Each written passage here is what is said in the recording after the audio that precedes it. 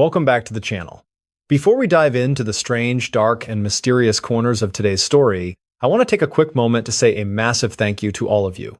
It's honestly your incredible support and enthusiasm that have allowed these stories to reach more people than I ever imagined. Thank you for choosing to join me on this journey as we try to make sense of the unexplainable. Now, buckle up, because today's story is a wild one. Story 1. The Haunted Wine Cabinet. The Dybbuk Box. In the early 2000s, a 30-year-old man named Kevin Mannis was driving through a quiet neighborhood in Portland, Oregon, looking for unique items for his antique shop.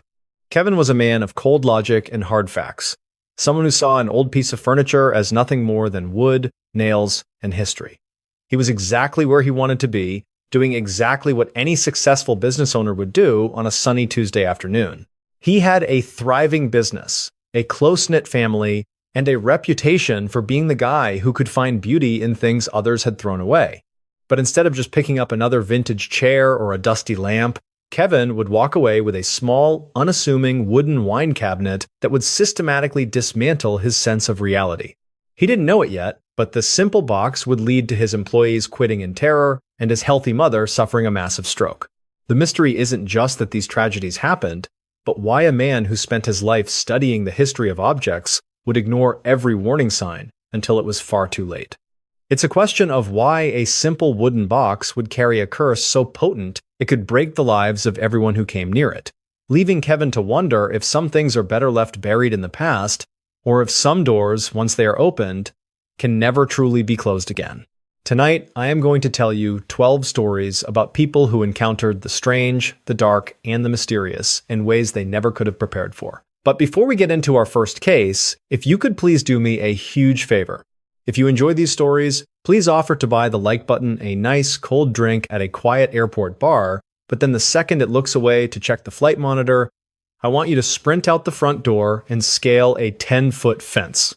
Also, if you wouldn't mind, please subscribe to the channel and leave a comment letting us know where in the world you are listening from today. We love seeing how far these stories travel across the globe. Now, let us get into our first story. The air in the basement didn't just feel cold, it felt heavy, like the atmosphere was thick with something invisible and ancient. There was a scent that hit you first, a cloying sweetness of jasmine that seemed to hang in the stagnant air, but underneath that, there was a sharper, more metallic tang of old, dried blood. It was the kind of smell that stuck to the back of your throat, making it hard to swallow, even when you stepped back out into the fresh afternoon breeze. Kevin Mannis was a man who lived and breathed the history of objects. At 30 years old, he had built a life for himself in Portland, Oregon, centered around his passion for antiques. He wasn't just a shop owner, he was a restorer, a guy who could spend hours sanding down a piece of oak just to see the original grain reveal itself. He was grounded, practical, and deeply loved by his community. He had a great relationship with his mother and a small, dedicated staff at his shop. His life was defined by the tangible and the predictable. If something was broken, Kevin could fix it. If something was lost, Kevin could find its origin. He didn't believe in ghosts or legends. To him, an object was just a vessel for human stories, and he took pride in being the gatekeeper of those tales. He was the kind of person who found comfort in the smell of sawdust and the weight of a heavy iron key in his palm, never suspecting that a story could actually bite back. On a Tuesday afternoon in 2001, Kevin saw a flyer for an estate sale at a house just a few blocks from his shop. He pulled his truck over, adjusted his cap, and walked up the driveway. The house was a modest suburban home, but the yard was filled with the remnants of a long life. There were piles of old books, mismatched china, and heavy drapes that smelled of mothballs. Kevin moved through the crowd with the practiced eye of a shark, looking for the one item that stood out. That was when he saw her. An older woman, the granddaughter of the person who had passed away, was standing near a small, dark wooden cabinet. It wasn't particularly beautiful. It was a wine cabinet, about the size of a bread box, made of dark, unidentifiable wood with two small doors on the front. Kevin approached her, intending to make a low offer, but as he got closer, he noticed the woman's hands were trembling. She wasn't just sad about the loss of her grandmother, she looked genuinely afraid. Kevin asked about the cabinet, and the woman's reaction was immediate. She told him that her grandmother had kept that box in her sewing room for 50 years, and she had never, ever allowed anyone to open it. She called it a Dybbuk box, a term Kevin had never heard before. She explained that in Jewish folklore, a dybbuk is a restless, often malicious spirit that can possess the living. Her grandmother had given strict instructions that the box was to be buried with her, but the family couldn't do it. Despite the woman's warnings, Kevin's logical mind took over. He saw a unique item with a colorful, if slightly creepy, backstory. He offered to buy it, but the woman refused to take his money at first. She just wanted it gone. Kevin insisted on paying, handed over a $20 bill, and loaded the box into the back of his truck. He felt a small sense of victory as he drove back to his shop, thinking about how much he could sell it for once he cleaned it up and wrote a good description. When he arrived at his shop, he placed the box on his workbench. He decided to start the restoration process immediately. He grabbed his toolkit and a small flathead screwdriver to pry open the doors, which had been glued shut. The wood groaned as the seal broke, and that was when the smell hit him for the first time. It was that overwhelming scent of jasmine and metal. He coughed, waving the air away, and peered inside. It wasn't empty. There were strange items tucked away in the velvet-lined interior.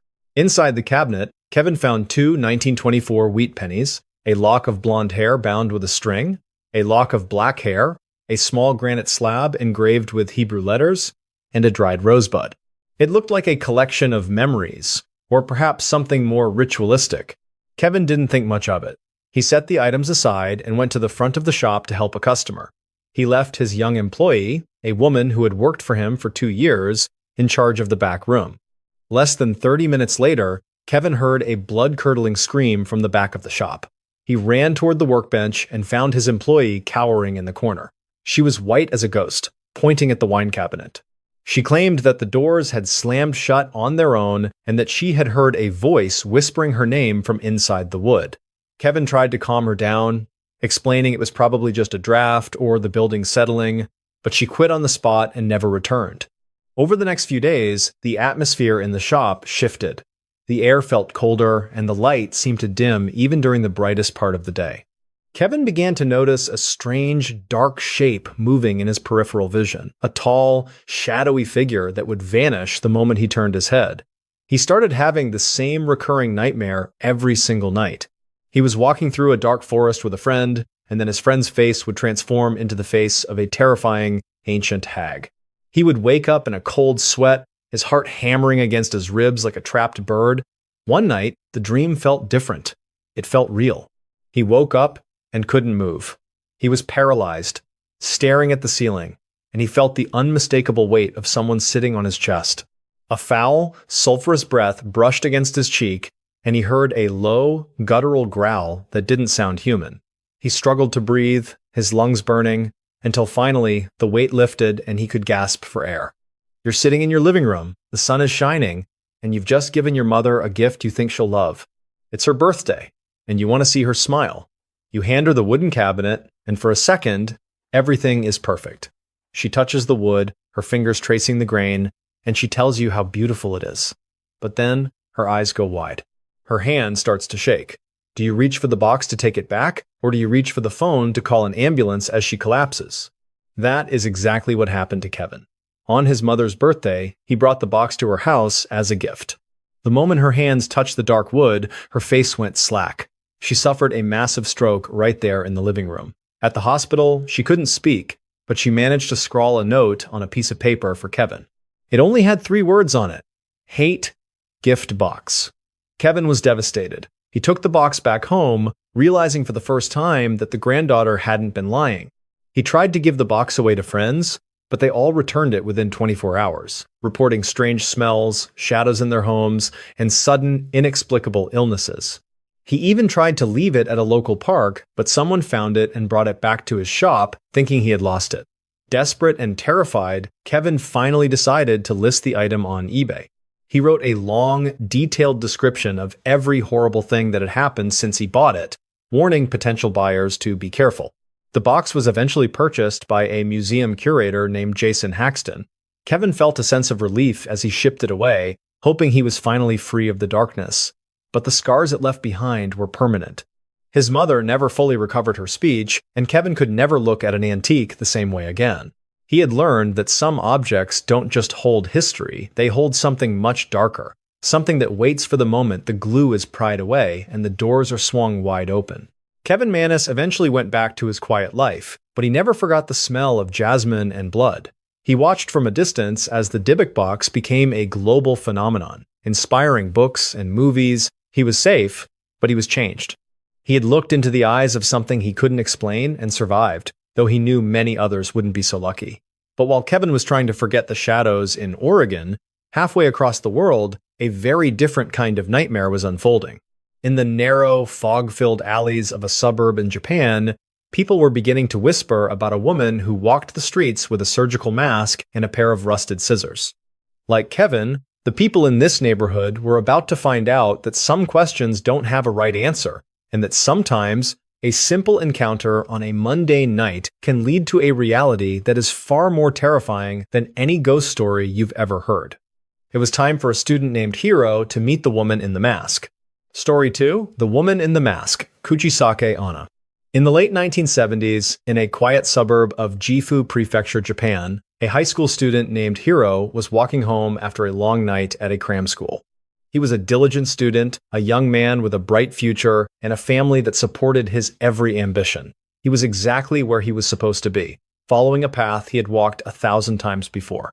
He was focused on his exams, his mind filled with mathematical formulas and history dates. But instead of reaching his front door and having a hot meal with his parents, Hiro would find himself standing under a flickering streetlight, facing a woman whose face was hidden behind a white surgical mask. She would ask him a single, simple question that would change his life forever. The mystery is not just who this woman was, but why no answer he could give would ever be enough to save him from the rusted metal blades she carried in the deep pockets of her trench coat. It is a story about the intersection of modern life and an ancient, jagged rage that refuses to stay buried.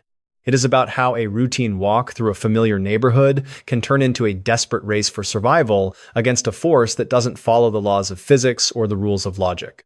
And for Hiro, the horror wasn't just in what he saw when the mask finally came off, but in the realization that some legends are far more than just stories told to keep children inside at night. The sound was subtle at first, a metallic rhythmic clicking that cut through the thick, damp fog of the Japanese evening. Snip, snip, snip.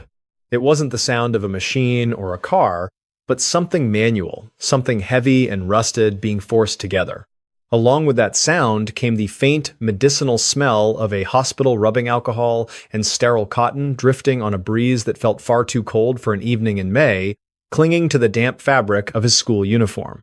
Hiro was 16 years old, and his entire world revolved around the 3-mile radius between his home, his school, and the juku, or cram school, where he spent his evenings.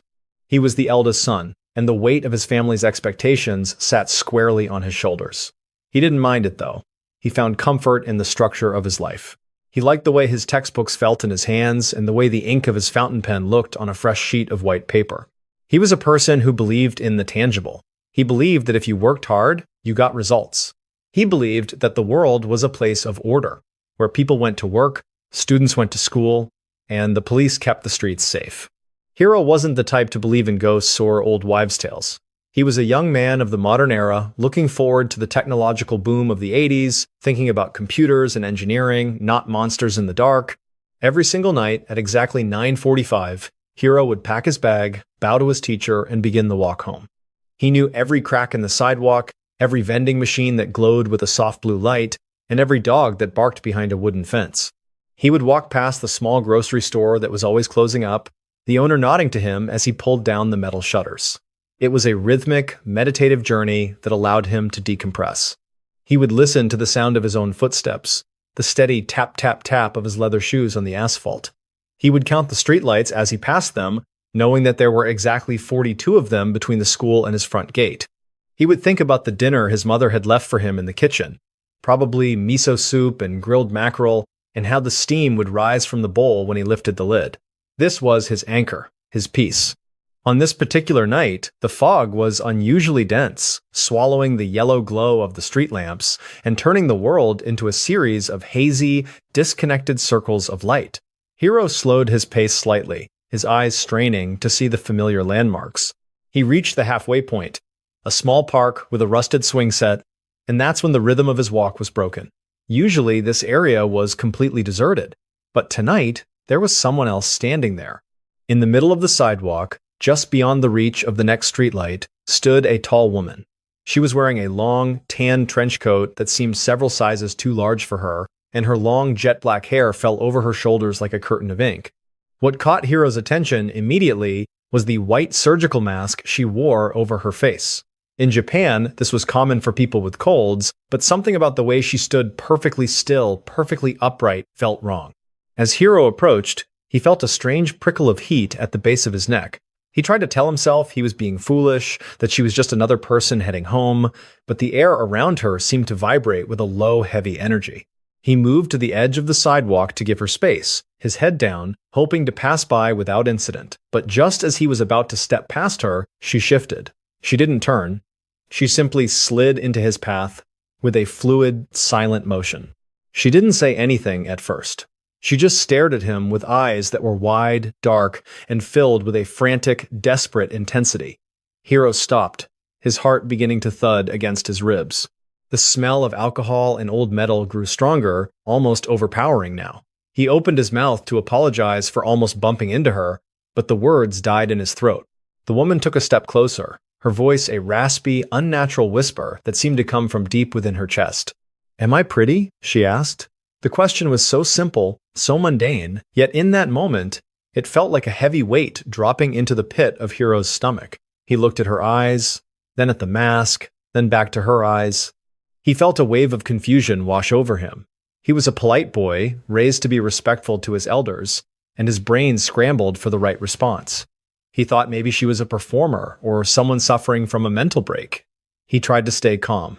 "Yes," Hiro managed to say, his voice cracking slightly. "You are very pretty." He tried to smile, hoping the kindness in his face would de-escalate whatever tension was building between them. For a split second, there was a terrible silence. The only sound was the distant hum of a distant car and the soft rustling of the leaves in the park. Then, the woman's hand moved to the side of her mask. She hooked her finger under the elastic strap and pulled it slowly away from her face. "You are standing there on a cold night, and a stranger has just asked you for your opinion on their appearance. You've given the polite answer, the one that should end the conversation and let you go home. But now, she is revealing the truth behind the mask. Do you stay and try to help, thinking she's been in a terrible accident? Or do you trust the primal instinct screaming in your ear that says this person is not a victim, but a predator who has been waiting for you?" Because as Hiro watched, the mask fell away to reveal a mouth that had been sliced open from ear to ear. The jagged wounds reached all the way to her jawline, exposing rows of teeth and raw red muscle in a permanent, grotesque grin. There was no blood, only the dry, pale edges of skin that looked like they had been cut a long time ago. Before Hiro could even scream, the woman reached into her pocket and pulled out a pair of enormous, rusted tailor's shears. "Am I pretty now?" she hissed, the words whistling through the gaps in her ruined face. Hiro didn't wait to answer. He spun on his heel and bolted into the fog, his lungs burning as he sprinted back toward the main road. He could hear her behind him, but it wasn't the sound of running. It was that same clicking sound, faster now, a frenetic snapping of metal against metal that seemed to be coming from every direction at once. He didn't look back. He couldn't. He reached the grocery store, banging on the metal shutters, screaming for help, but no one answered. The fog had muffled his voice, turning his cries into dull, insignificant sounds. He turned a corner, his feet slipping on the damp asphalt, and he saw his own house in the distance. He fumbled for his keys, his hands shaking so violently he dropped them twice. Just as he reached the gate, he felt a cold, sharp pressure against the back of his neck, right at the base of his skull. Hiro survived that night only because a neighbor's dog began to bark furiously, startling the woman long enough for him to scramble inside and bolt the door. He spent the rest of his life looking over his shoulder, never again walking home after dark, and always flinching at the sound of a pair of scissors.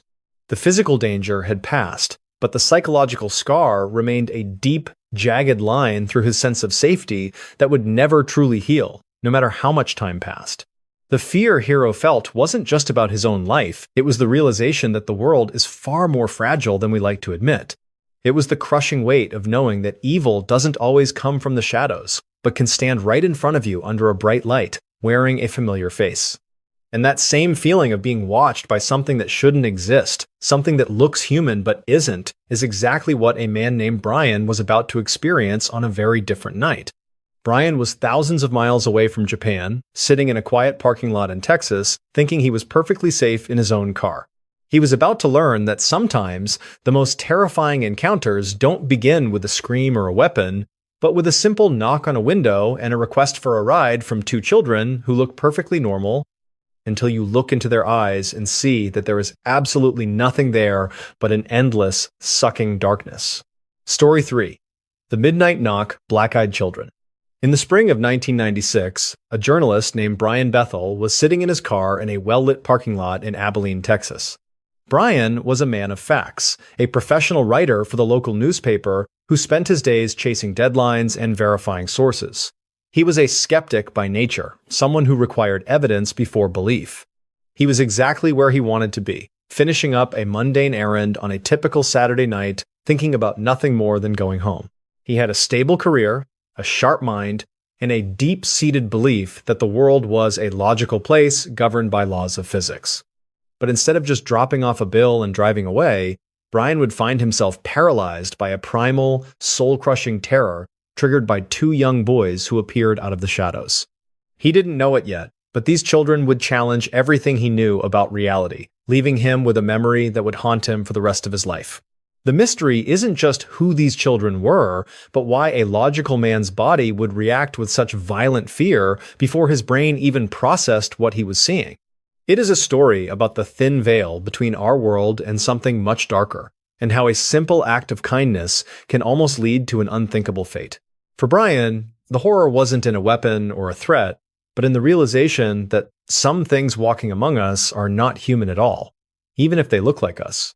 The hum of the mercury vapor light above the parking lot was a constant low-frequency buzz that seemed to vibrate inside Brian's skull.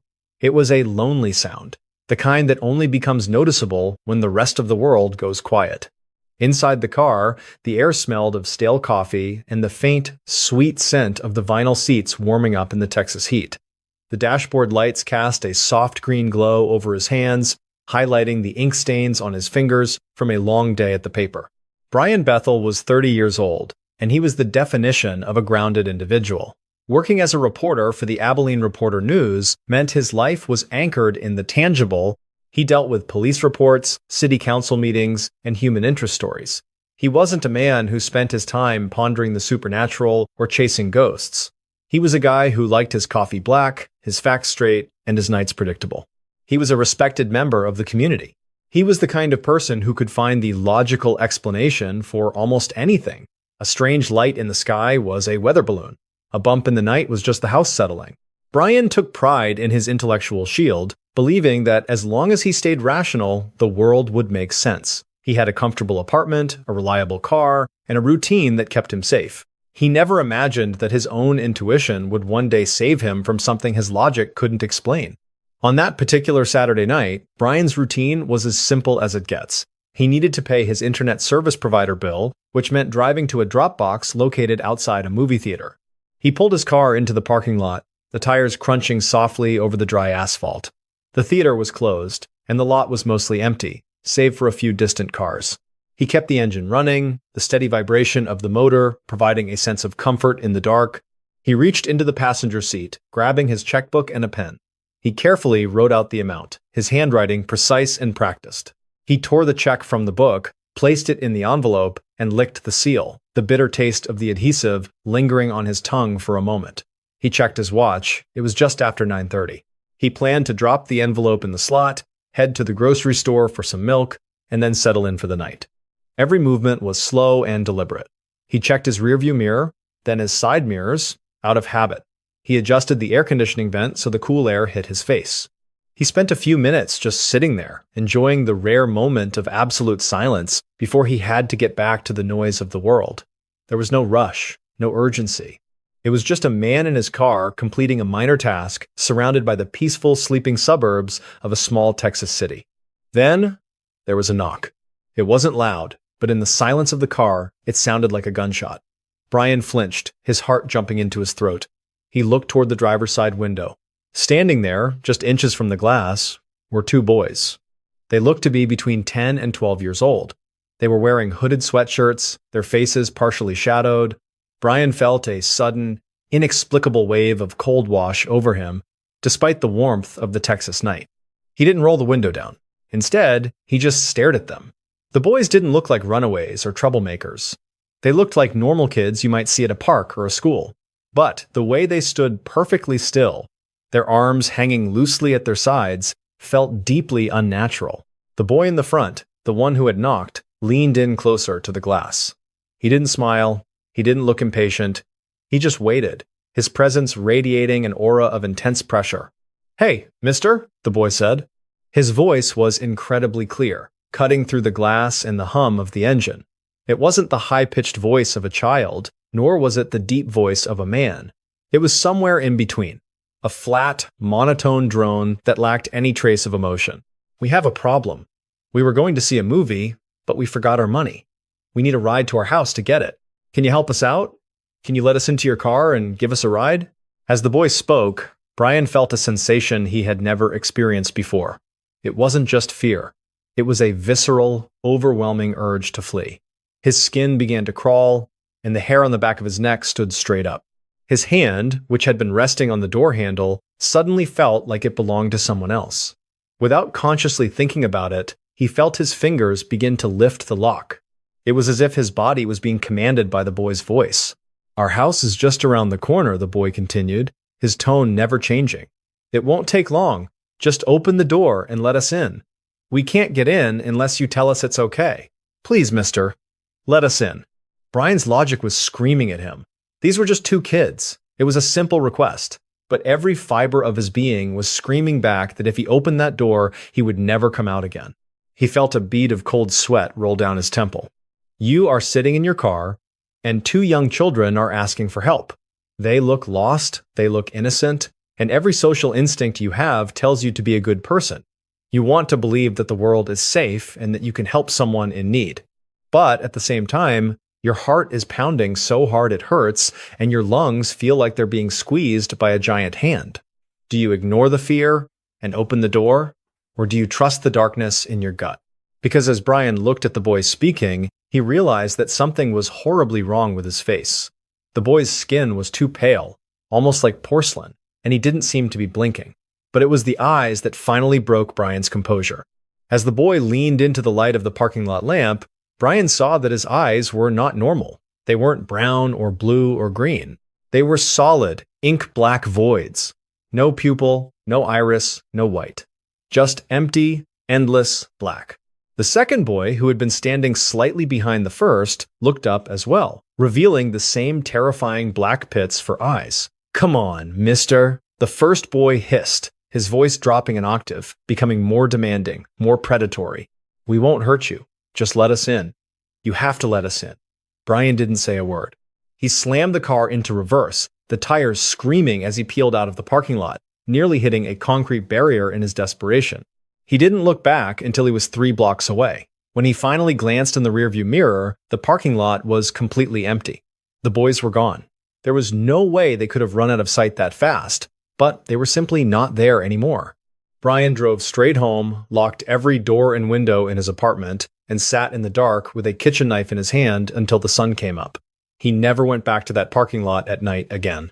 Brian Bethel eventually shared his story, and to his surprise, he found that he wasn't the only one. Reports of these black-eyed children began to surface all over the world, each one following a similar pattern: a request for entry, a feeling of intense dread, and those terrifying, soulless eyes. Brian remained a journalist, but his shield of logic was gone forever. He knew now that there were things in this world that didn't fit into a newspaper column, things that defied every fact he had ever verified. The terror Brian felt that night was a reminder that we are never as safe as we think we are. It was the realization that sometimes the most dangerous things don't look like monsters. They look like the people we are taught to protect. And that same sense of a mother's instinct being twisted into something unrecognizable is a legend that has haunted the rivers of Mexico for centuries. It is a story of a woman who lost everything and now wanders the night, crying for the children she can never find. While Brian was trying to make sense of the darkness in Texas, thousands of miles to the south, the sound of a woman sobbing was drifting over the banks of a dark, slow-moving river. The people in the nearby village knew that sound well. They knew that if you followed the crying, you wouldn't find a woman in need of help. You would find La Llorona, the weeping woman, and if she saw you, she might decide that you were exactly what she had been looking for all these long, lonely years. Story 4. The Weeping Mother. La Llorona. In the late 1970s, a 29-year-old man named Mateo was walking along the muddy banks of a river near a small village in Mexico. Mateo was a carpenter, a man who worked with his hands and understood the physical laws of the world. He was a pillar of his community, a devoted husband, and a father of 3 young children who were his entire world.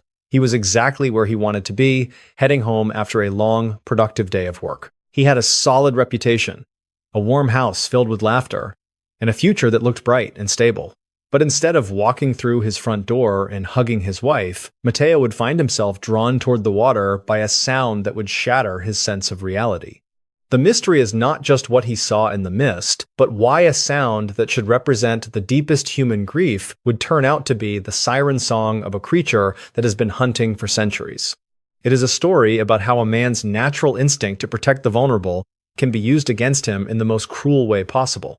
For Mateo, the horror wasn't found in a dark alley or a haunted house, but right there in the familiar landscape of his own backyard. He was about to learn that some legends aren't just stories told to keep kids in bed.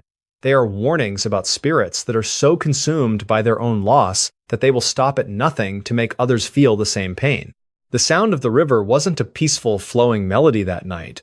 It was a rhythmic, wet slapping against the silt and stone that sounded almost like someone gasping for their final breath.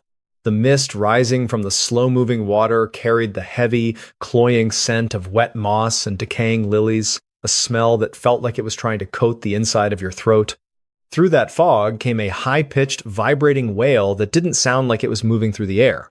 Mateo was 29 years old, and in his small village, he was known as the man who could make the woods speak. He was a carpenter by trade, with thick, calloused hands and a quiet, gentle spirit that everyone respected. He wasn't a man of many words, but he showed his love through the things he built for others. He had 2 young sons and a daughter who were the center of his universe. Every piece of furniture he made was a promise of a better future for his family. He was a pillar of his small community, someone people turned to when they needed something built to last a lifetime. He believed in the tangible and the honest. To Mateo, a well-placed nail and a perfectly sanded joint were the marks of a life well lived. He found comfort in the smell of cedar shavings and the weight of a heavy iron hammer in his palm. He never imagined that a story could have teeth, or that the darkness along the river could hold something ancient. Every evening at exactly 6:30, Mateo would follow the same path back from his workshop. He would swing his heavy leather tool bag over his shoulder, the metal chisels clinking together with a familiar rhythmic sound that let the neighbors know he was heading home. He would walk past the old stone church, the bell tower casting a long, jagged shadow over the central plaza. He would stop at the local well to splash cool water on his face, washing away the dust. He would count his steps as he walked toward the river, which acted as a natural border between the cornfields and the village. He knew every loose stone on that path, every gnarled root of the ancient willow trees that threatened to trip the unwary in the fading light. He would adjust the strap of his bag, feeling the weight of the wood mallet against his hip. He would whistle a soft, repetitive tune his mother used to sing to him when he was just a small boy. His mind would already be on the dinner his wife Elena was preparing in their small kitchen. He could almost taste the fresh corn tortillas and the spicy black beans waiting for him. The walk usually took him exactly 22 minutes, a time he used to decompress from the day's labor. He enjoyed the transition from the noise of the workshop to the quiet of the riverbank. He would watch the fireflies begin to dance in the tall grass, their tiny lights like stars. He would take a deep breath of the evening air, feeling the humidity settle on his skin. It was a time of reflection, a time when the world felt small and manageable, and he was just a man heading home to the people he loved most. He would look at the water, noting the level of the river and the way the current swirled around the larger rocks. He felt a deep connection to this land, a sense of belonging that made him feel invincible against the worries of the world. But on this particular night, the air didn't just feel humid. It felt icy, like the middle of winter had arrived in a single moment. As Mateo approached the sharp bend in the river, the temperature plummeted so fast that his breath turned into thick, white plumes of steam.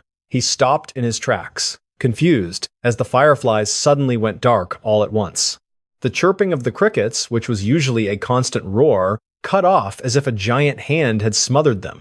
The silence was absolute, a heavy and suffocating blanket that seemed to press against his eardrums. The only sound left was the river, but it sounded different now. The water didn't burble, it churned with a frantic energy as if something massive was moving just beneath the surface. Then he heard it again. It was that wail. It was the sound of a woman crying, but it wasn't just sadness. It was a deep, guttural agony that made the hair on his arms stand up.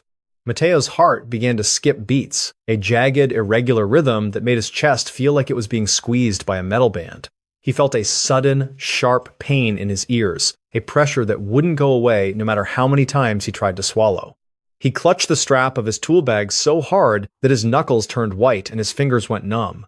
That wail felt like it was coming from inside his own head, vibrating through his teeth and deep into his bones. He felt an overwhelming urge to help, a physical pull that was almost like a magnetic force drawing him toward the water's edge. He tried to tell his legs to keep moving toward the village, but they felt like they were made of lead. His throat went bone dry, his tongue feeling like a piece of rough sandpaper. Every step he took toward the river felt like he was wading through waist-high mud. He wanted to call out, to ask if she was okay, but he was paralyzed by fear. The darkness seemed to thicken around him, the mist swirling into shapes that looked like grasping hands. He could feel a cold sweat breaking out across his forehead, despite the freezing air. His mind was a whirlwind of confusion. He thought of his own children and how he would want someone to help them if they were in trouble. That thought gave him the strength to push through the dread, to move toward the source of the crying, even as his soul screamed at him. You are standing on that muddy riverbank in the middle of the night. You have a family waiting for you just a mile away, expecting you to walk through the door at any minute. You hear a mother in such extreme pain that you can feel it in your own chest. Everything you've ever been taught about being a good man tells you to go to her and offer whatever help you can. But there is a voice in the back of your brain telling you that this sound is not coming from a human, because as Mateo finally pushed through the thick reeds at the edge of the water, he saw a figure. It was a woman in a long, flowing white dress that seemed to glow with its own pale light. Her back was to him, and she was hunched over, her shoulders shaking with violent, racking sobs. Mateo took a tentative step forward, his heart hammering against his ribs. He opened his mouth to speak, but the words were caught in his throat by a sudden wave of pure, cold terror. The woman didn't turn around at first. Instead, she pointed a long, pale finger toward the middle of the river, where the water was deepest and the current was strongest. Mateo looked, expecting to see a child struggling in the water, but the river was empty. That's when she turned. Her face wasn't the face of a woman, it was a rotting mask of gray skin and hollow sockets. Her mouth was a jagged black hole that seemed to stretch wider than any human jaw should. She lunged at him with a speed that defied nature, her hands reaching out like claws. Mateo saw the wet, bloated remains of small children clinging to the hem of her tattered white dress, their tiny, translucent hands reaching for him from the mud. She was La Llorona, the weeping woman, and she wasn't looking for help. She was looking for a replacement for the children she had drowned in a fit of rage centuries ago. She wanted Mateo to join them in the depths. Mateo turned and ran faster than he ever thought possible, leaving his expensive tool bag behind in the muck. He didn't look back, even when he heard her shrieking his name in a voice that sounded like tearing metal. He reached his house and collapsed against the door, his family finding him pale and shivering, unable to speak for hours. He survived, but he was forever changed. He never walked by the river again after sunset, and he always kept his doors locked tight. The fear Mateo felt was a cold, empty sensation in the pit of his stomach, the realization that some things are driven by a hunger that can never be satisfied by food or water. And thousands of miles to the north, in the deep, frozen forests of Canada, that same kind of insatiable hunger was about to take a different, more physical form. It was a hunger that didn't just want your soul or your grief, but your very flesh and blood, turning men into monsters in the snow. While Mateo was recovering from the shadow of the weeping woman, a man named Swift Runner was facing a winter so harsh that the only thing more dangerous than the cold was the darkness growing inside his own mind. He was about to learn that the spirit of the Wendigo is a parasite that feeds on the most desperate parts of the human heart. It was time for a hunter to become the hunted in a landscape where the only law was the law of the ultimate hunger. Story 5. The Hunger. The Wendigo. In the winter of 1878, a tall, imposing man named Swift Runner was living in the vast, unforgiving wilderness of Alberta, Canada. Swift Runner was a Cree hunter and a guide, a man whose reputation was built on his incredible ability to navigate the deepest woods and provide for his community. He was a man of immense physical strength, standing over 6 feet tall, with a family that he loved and protected with everything he had. He was exactly where he belonged. He was a respected provider, a husband to a devoted wife, and a father to 6 healthy children. His life was defined by the cycle of the seasons and the ancient traditions of his people. But instead of leading his family through the harsh winter to the safety of a supply post, Swift Runner would emerge from the woods months later, alone, healthy, and possessed by a darkness that defied human understanding. He had undergone a transformation that would chill the blood of everyone. The mystery is not just that his family vanished, but how a man known for his kindness and his skill as a protector could turn into a hollow-eyed vessel for a hunger that can never be satisfied. It is a story about the limits of the human spirit and what happens when the isolation of the forest begins to speak back to you. For Swift Runner, the horror wasn't the cold or the starving winter, but the realization that something had invited itself into his heart and mind. The snow didn't just fall that year. It descended like a heavy, suffocating white curtain that erased the world. The sound of the wind was a constant, high-pitched scream that rattled the timbers of the small log cabin and burrows into your very soul. There was a smell that filled the tiny living space, a mixture of dry wood smoke and the sharp, medicinal scent of frozen pine needles. It was a cold that felt like it was trying to reach inside your chest and stop your heart. Swift Runner, also known by his Cree name, Kakisikuch-Chin, was a man who seemed built for this environment.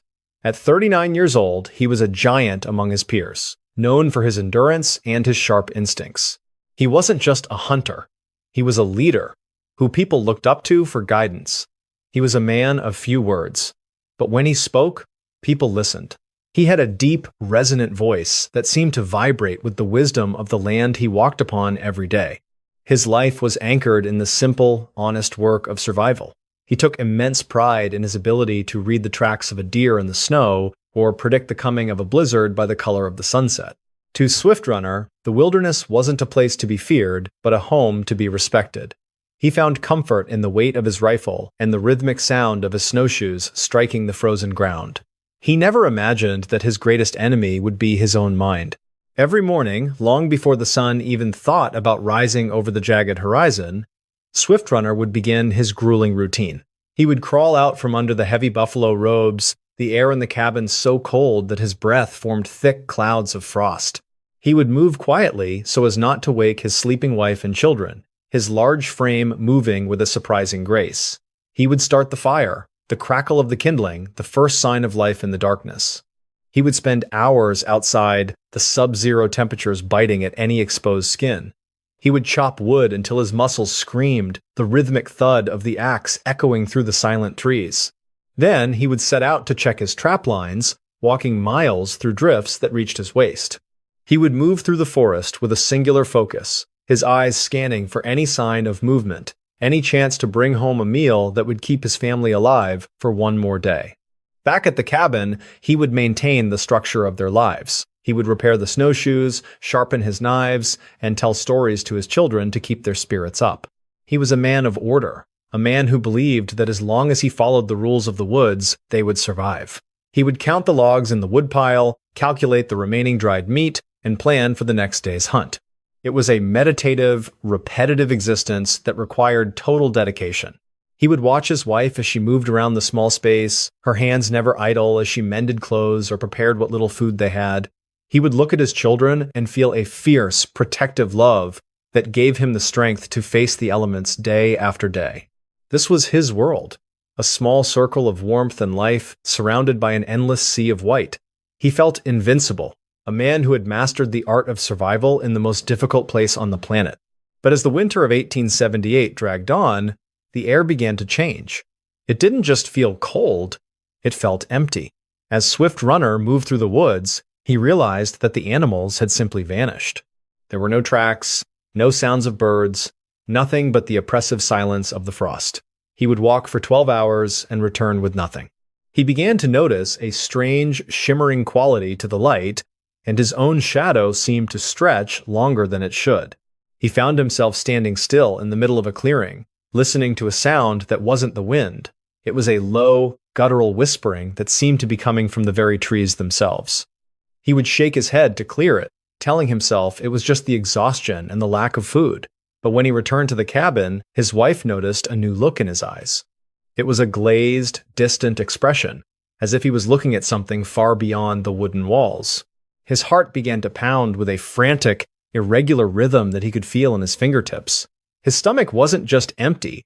It felt like a cold, hollow cavern that was slowly expanding, threatening to consume him from the inside out. His mouth went dry, no matter how much melted snow he drank, and his tongue felt heavy and useless in his mouth. He began to have waking dreams of a vast, skeletal figure with skin like gray parchment and eyes like glowing embers. He felt a sudden, sharp disconnection from the people in the cabin. He would look at his wife and his children, and for a split second, he didn't see his family. He saw something else. He saw moving parts, muscle and bone, a source of energy that his body was screaming for. He would recoil in horror, clutching his head and praying for the thoughts to stop. But the voices in the wind were getting louder now, telling him that the only way to survive was to eat. He felt a strange heat beginning to radiate from his core, a fever that didn't make him weak, but gave him a terrifying, unnatural strength.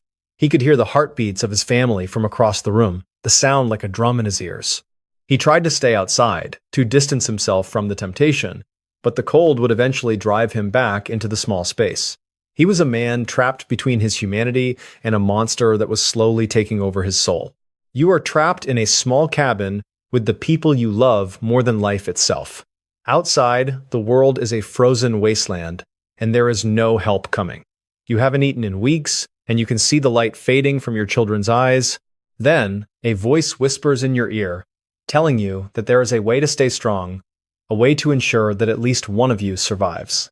Do you choose to die with your family, or do you listen to the hunger that promises you eternal life?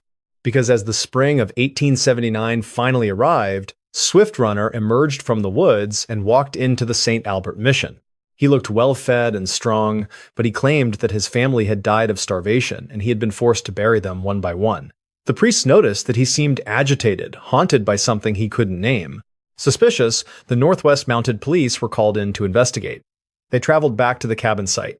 When the officers arrived at the remote camp, they found a scene of unthinkable horror.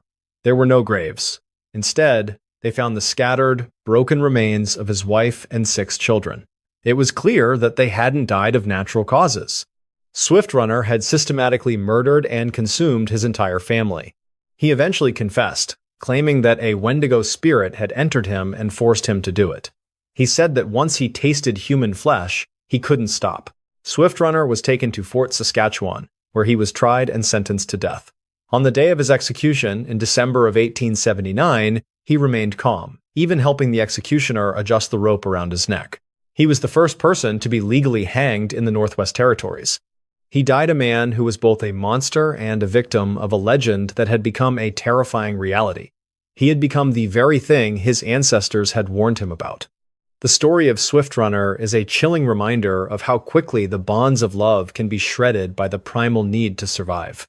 It is the ultimate betrayal, the protector becoming the predator in a moment of absolute desperation. And that same feeling of a home being invaded by a force that turns family members against each other is a terror that would soon take a more invisible but equally deadly form in a quiet farmhouse in the state of Tennessee. While the memory of Swift Runner was fading into the frozen ground of Alberta, a man named John Bell was about to find out that you don't need a famine or a monster in the woods to lose your family. Sometimes, the darkness is already inside the house, waiting in the walls, watching from the corners, and preparing to strike at the very heart of everything you hold dear. It was time for the Bell Witch to show the world that some terrors are entirely invisible. Story 6. The Invisible Tormentor. The Bell Witch. In the late autumn of 1817, a 51-year-old farmer named John Bell was walking through his vast cornfield in Adams, Tennessee. John was a man of substance and standing, a respected member of the Red River community who had built a prosperous life for his wife and 9 children. He was exactly where he wanted to be, overseeing the harvest of his fertile land.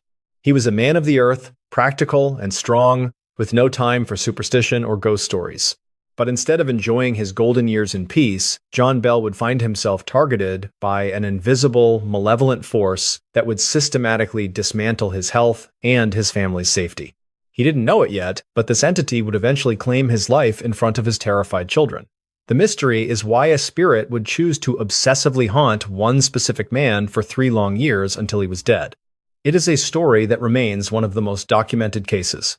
For John, the horror wasn't found in a dark forest or an ancient ruin, but within the very walls of the home he had built with his own hands.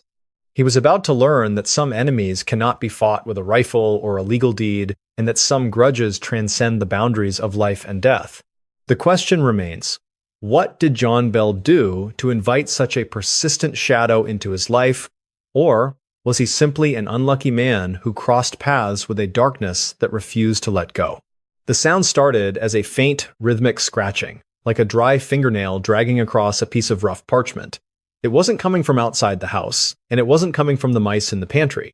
It felt like it was originating from deep within the heavy oak timbers of the master bedroom. Along with the noise came a sudden, sharp scent of ozone, a static electricity that made the fine hairs on the back of your neck stand up even when the fire was burning hot. John Bell was a man whose presence filled a room. At 51 years old, he had the weathered face of a man who spent his days under the Tennessee sun and his nights calculating the yield of his crops. He was a deacon in his church and a man who valued order above all else. He moved with a heavy, deliberate gait, his leather boots striking the floorboards with a sound of absolute authority. He was the anchor for his wife, Lucy, and their children, the man of the house. His life was built on the tangible reality of the soil. He knew the exact moment the frost would bite the tobacco leaves and the precise weight of a sack of grain in his hands. He found deep comfort in the predictable cycles of the seasons and the structured rituals of his faith. He was a man of the law and the Bible, a person who believed that everything in God's creation had its place and its purpose. He never imagined that his home would become a place of pure chaos. Every morning at exactly 4:45, John would pull on his heavy wool trousers and head out to the barn. He would walk the same path through the dewy grass, the cool morning air filling his lungs. He would spend hours performing the repetitive, necessary tasks of farm life. He would milk the cows, the rhythmic sound of the milk hitting the bucket, the only music in the quiet dawn. He would feed the livestock, moving from stall to stall with a steady, unhurried efficiency. During the long afternoons of the harvest, he would work alongside his sons in the fields. They would move in a coordinated line, the sound of the scythes cutting through the stalks, a steady, sweeping hiss. Swish, thud, swish, thud. It was a physical meditation that required hours of focus. He would wipe the sweat from his brow with a stained handkerchief, take a long pull from a canteen of lukewarm water, and then bend back to the work. It was a life of honest, grueling labor. In the evenings, the family would gather around the long wooden table in the kitchen. The air would be filled with the smell of roasting pork and fresh sourdough bread. John would sit at the head of the table, leading the prayer in his deep, resonant voice. They would eat in a comfortable, busy silence, the only sounds being the clinking of pewter spoons and the occasional crackle of the fire. This was the sanctuary John had built, a world of safety and routine that felt unbreakable. He would spend the final hour of the night in his rocking chair, cleaning his pipe and staring into the dying embers. He would plan the next day's work, mental lists of repairs and purchases scrolling through his mind. He would check the locks on the doors, not out of fear, but out of a sense of responsibility. He would kiss his wife goodnight and climb the stairs, his body heavy with the satisfied ache of a hard day's work. It was a life of peace, earned through decades of sweat. The first crack in the normalcy appeared while John was walking through the cornfield. He saw an animal standing between the rows that didn't make any sense. It had the body of a large black dog, but its head was that of a rabbit. It stared at him with unblinking eyes, and then simply vanished into the stalks. John rubbed his eyes, thinking it was a trick of the light. But then the knocking began. It was a heavy, deliberate pounding on the exterior walls of the house at midnight. Then the internal shifting began. The blankets would be pulled off the beds of the children while they slept. At first, they blamed each other, thinking it was a prank. But then the youngest daughter, Betsy, began to wake up with red welts on her face and neck. It looked as if she had been slapped by a heavy hand, but there was no one in the room. John would sit in the corner of her bedroom with a loaded shotgun, watching the air, only to hear a mocking laughter from the ceiling. John's heart wasn't just beating, it was thundering against his ribs like a drum. He stood in the dark hallway, the cold air biting at his skin, and felt a sudden, sharp pressure against his chest. It wasn't a hand he could see, but it was a weight he could feel. His throat tightened as if an invisible rope was being pulled taut around his neck. He tried to cry out for Lucy, but his voice was a dry, useless rasp. He felt a sudden, stinging slap across his cheek. Then another blow. He swung his arms wildly, hitting nothing but empty space, yet the blows continued to rain down on him. He could feel the heat of the strikes, the metallic taste of blood in his mouth as his lip was split open. He stumbled back against the wall, his lungs burning as he struggled to pull in air. A high-pitched, whistling voice began to whisper in his ear, a sound that felt like ice water being poured into his brain. It wasn't words at first, just a low, vibrating sense of malice. His legs felt like they were made of lead as he tried to crawl toward the light of the kitchen. Every time he moved, the pressure on his chest increased, pinning him to the floorboards. He could hear his own frantic, shallow breathing and the sound of his pulse roaring in his ears. The darkness in the hallway seemed to coalesce into a thick, oily shadow that moved independently of the lamps.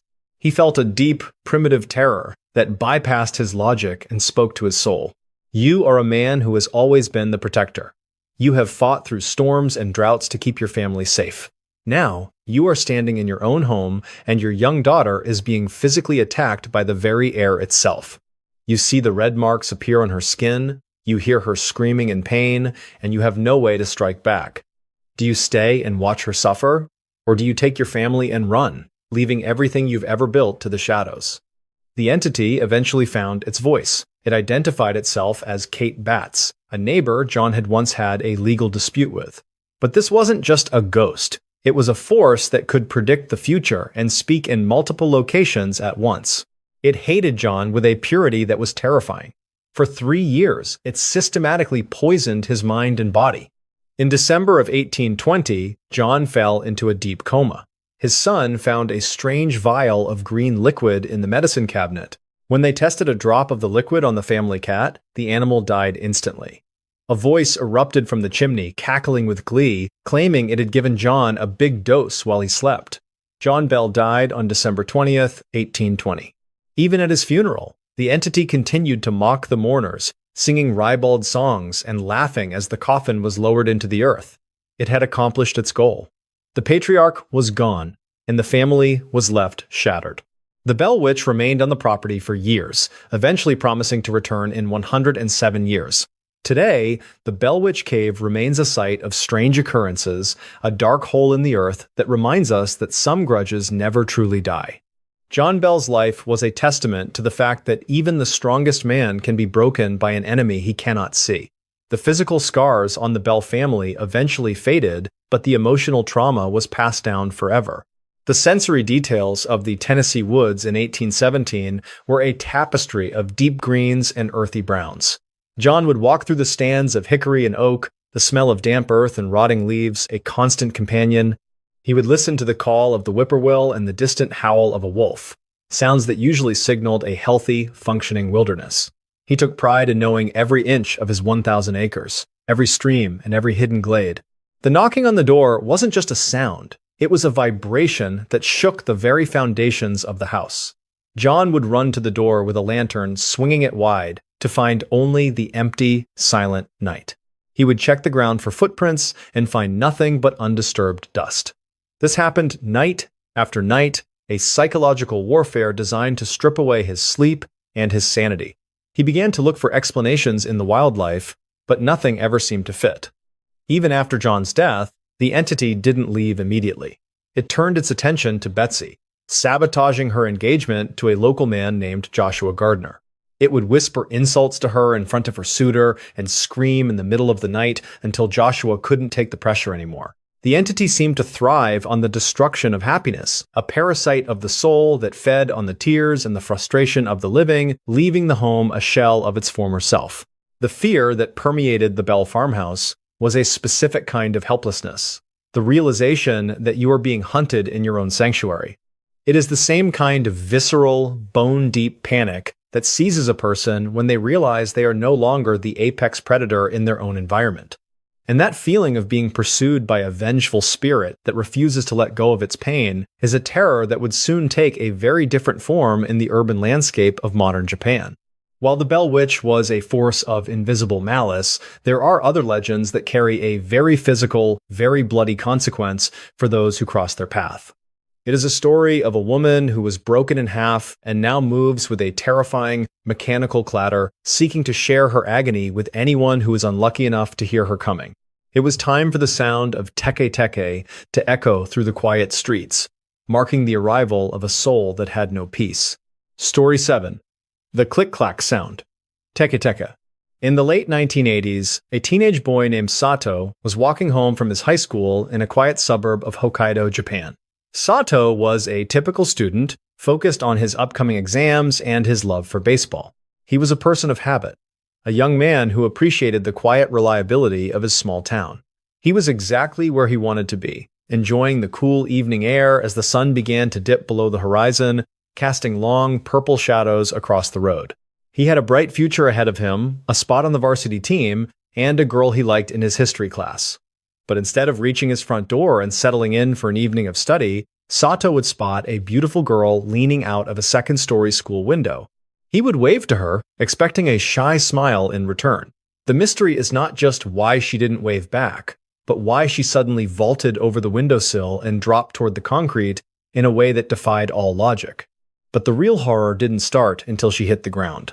Because when Sato ran forward to help her, he realized that she didn't have any legs. She was a torso, severed at the waist, yet she was moving.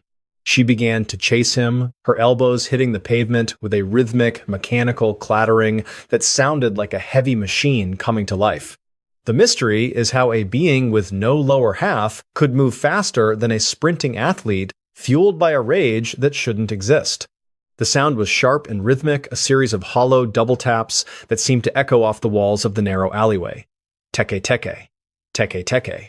It wasn't the sound of footsteps, but something harder, like bone-striking stone with immense force. Along with the noise came the sudden, overwhelming smell of old, rusted iron and damp concrete, the kind of scent you find in a dark basement after a flood. It was a cold, industrial smell that felt completely out of place in the evening.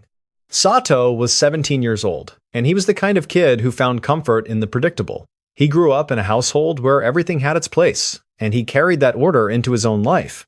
He was a middle infielder for his school's baseball team, a position that required quick reflexes and a logical mind. He wasn't the type to daydream or believe in the ghost stories that his younger sister liked to tell.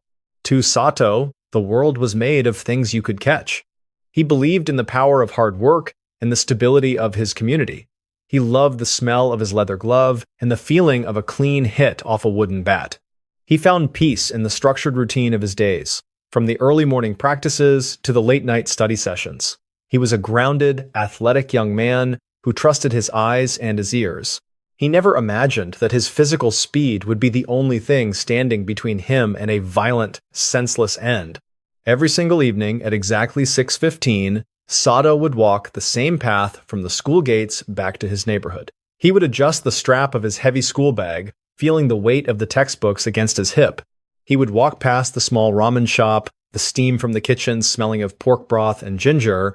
He would nod to the elderly woman who sat on her porch every day, her cat curled up in her lap, a constant and comforting fixture of his journey.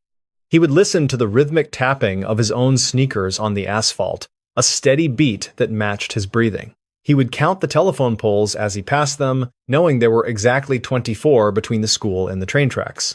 He would stop at the same vending machine every day to buy a cold bottle of green tea, the mechanical clinking of the coins falling into the machine a familiar melody. It was a meditative process that cleared his mind. He would watch the crows gather on the power lines, their dark shapes stark against the orange sky. He would think about the dinner his mother was making, probably katsudon, and how the crispy pork would taste after a long day of practice. He would adjust his cap, pulling the brim down slightly to shield his eyes from the setting sun.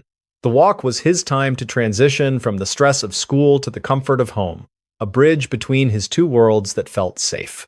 He knew every crack in the pavement, every overgrown hedge, and every street lamp that would flicker for a few seconds before staying lit. He would walk over the pedestrian bridge that crossed the railroad tracks, the sound of his footsteps changing from a dull thud to a metallic ring. He enjoyed the view from the top, looking down at the silver rails that stretched out toward the mountains. It was a view that always made him feel like the world was full of possibilities.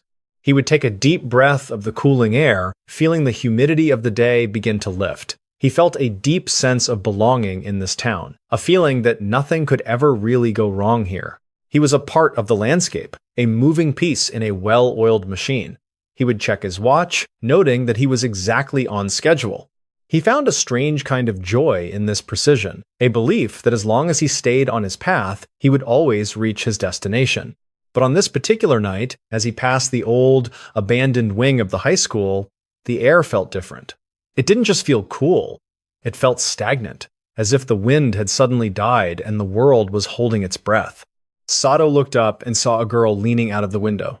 She was beautiful, with long black hair that fell over her shoulders, but her skin looked unnaturally pale, almost blue, under the fading light. He waved, but she just stared at him with empty eyes. Suddenly, she leaned out too far and fell. Sato's heart hammered against his ribs as he watched her drop. He expected a sickening thud, but instead, he heard that sound. Teke, teke. Teke, teke. The girl wasn't lying on the ground in pain. She was standing on her elbows. Her lower half was simply missing, her torso ending in a jagged, bloody mess that didn't seem to bother her. She began to move toward him, her elbows slamming into the pavement with incredible power. Sato's heart wasn't just beating, it was slamming into his chest wall like a frantic animal.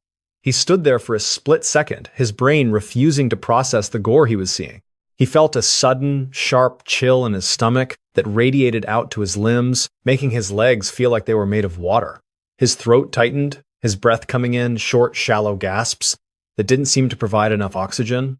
He tried to scream, but only a dry, weak hiss came out. He felt a wave of nausea wash over him as he watched the girl, or the thing that looked like a girl, pull herself forward. The speed was unnatural. Each time her elbows hit the ground, she launched her torso forward several feet. The sound was deafening now, a relentless, industrial pounding that seemed to vibrate through the very ground Sato was standing on. He could see the jagged edges of her spine protruding from the bottom of her waist, dragging on the street. His hands were shaking so violently that he nearly dropped his bag. He felt a bead of cold sweat trickle down his spine, even as his face felt like it was on fire.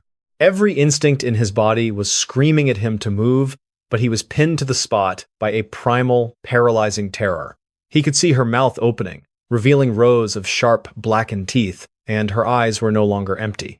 They were filled with a focused, predatory rage that was directed entirely at him. You are an athlete, someone who pride yourself on your speed and your ability to react under pressure. You are 20 yards away from a creature that shouldn't be alive, and it is gaining on you. You have a clear path to the main road, where there are people and lights. Do you trust your legs to carry you to safety? Or do you freeze, knowing that this thing doesn't get tired and it doesn't feel pain? Because in 3 seconds, she will be close enough to reach out and touch you. Because as Sato finally broke his paralysis and turned to run, he realized that he wasn't just being chased, he was being hunted by a legend. The thing behind him was Teke Teke, the ghost of a woman who had been cut in half by a train and now sought to inflict that same fate on others. He could hear her getting closer, the click-clack sound becoming a blur of noise. He reached the pedestrian bridge, his lungs burning, and he could feel the air shifting as she swung at his heels. He barely made it over the bridge, his baseball training giving him the edge he needed to keep his balance at high speed. He didn't look back until he reached the bright lights of a convenience store. When he finally turned, the alley was empty. There was nothing but the quiet evening and the distant hum of the city. Sato collapsed onto the sidewalk, his body shaking with exhaustion and fear. He had survived, but he knew that the sound would follow him into his dreams. The legend says that if Teke Teke catches you, she will use a scythe to cut you in half, turning you into a creature just like her. Sato never walked home late again, and he eventually moved away from Hokkaido, haunted by the memory of those pale elbows hitting the pavement. The physical world had been invaded by a nightmare, and no matter how fast he ran, he could never truly outrun the realization that some tragedies are so great they leave a permanent stain on reality. The terror Sato experienced was a physical confrontation with the impossible, a moment where the laws of biology were replaced by the laws of a vengeful spirit. It was a reminder that some injuries are so deep they cannot be healed by medicine or time. And that same sense of a physical body being transformed into something unrecognizable and terrifying is a tragedy that was about to unfold in a very different way for a young woman in Germany many years before Sato's walk. While Sato was running from a physical manifestation of rage, Anneliese Michel was about to enter a battle where the enemy was not on the street, but inside her own mind and soul. She was about to experience a physical decline so extreme that it would baffle doctors and lead to one of the most controversial legal cases in history. It was time for the world to hear the recordings of the 67 sessions, where a girl's voice would become the voice of 1,000 years of darkness. Story 8. The 67 Sessions. Anneliese Michel. In the late 1960s, a 16-year-old girl named Anneliese Michel was living in a devoutly religious household in the town of Leiblefing, Bavaria. She was a kind-hearted, intelligent student with a bright future ahead of her, dreaming of one day becoming a teacher and helping others. She was exactly where she wanted to be, surrounded by a loving family and a community that respected her deep faith and gentle nature. But instead of graduating from university and starting a family of her own, Anneliese would find herself trapped in a terrifying physical and mental decline that would see her eating spiders, barking like a dog for hours, and claiming that 6 ancient demons were living inside her body. The mystery is why a young woman with a history of medical treatment would eventually choose to abandon science in favor of a medieval ritual that would lead to her death. It is a story that forced the entire world to look at the intersection of modern medicine and ancient belief, and how a family's love can sometimes lead to the most tragic consequences imaginable. For Anneliese, the horror wasn't something hiding in the woods or a shadow in a dark alley, but something that was speaking through her own mouth in voices that were not her own. She was a girl caught between two worlds, and neither one could save her in the end. The sound coming from the small bedroom in the back of the house was not human. It was a guttural, multitonal rasp that sounded like several people screaming at once from inside a single throat. Along with that sound came a smell that was so foul it made the priests gag, the heavy, cloying scent of rotting sulfur mixed with the metallic tang of old blood and the dry, dusty smell of ancient, undisturbed earth. It was a sensory assault that defied any logic. Anneliese Michel was born in 1952, and from the very beginning, her life was anchored in her faith. She was the kind of girl who took her religious duties seriously, often sleeping on the bare floor as an act of penance for the sins of others. She was beautiful, with a soft face and eyes that radiated a genuine, quiet kindness. Her family was the definition of stable. Her father ran a successful business, and her mother was a dedicated homemaker. She was a person who found peace in the rituals of her church. She loved the smell of incense, the sound of the choir, and the weight of the rosary beads in her hand. She was an excellent student who worked hard at her studies, always staying late to ensure she understood every lesson. She was a girl of the modern world, yet she carried a spiritual depth that was unusual for her age. She never imagined that her own body would become a battleground for a soul. Starting in 1968, Anneliese's life became a grueling cycle of medical tests and hospital stays. She was diagnosed with temporal lobe epilepsy after having a series of severe seizures that left her paralyzed and unable to speak. Every day, she would follow a strict routine of taking her medication, sitting in the doctor's office, and waiting for the results of the latest electroencephalogram. She became a patient, a collection of symptoms to be managed. She spent months in a psychiatric hospital, the walls painted a sterile, lifeless white. She would sit by the window for hours, watching the other patients and praying for her own health to return.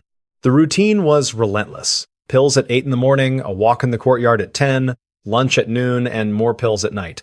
It was a mundane, draining existence that stripped away her identity and replaced it with a chart number and a list of side effects. Even when she was at home, the struggle continued. She would force herself to attend school, carrying her heavy textbooks through the quiet streets of her town. She would sit in the front row, taking meticulous notes even as her hands shook from the medication. She would come home, eat a quiet dinner with her family, and then spend hours in her room trying to reconcile her scientific diagnosis with the terrifying visions that were beginning to cloud her mind. She was a girl who lived in the details. She noticed the way the light hit the crucifix on her wall, the exact sound of her father's footsteps in the hallway, and the specific bitter taste of the water she had to drink with her medicine. This was her anchor to normalcy, a desperate attempt to stay connected to the real world as everything else began to slip away.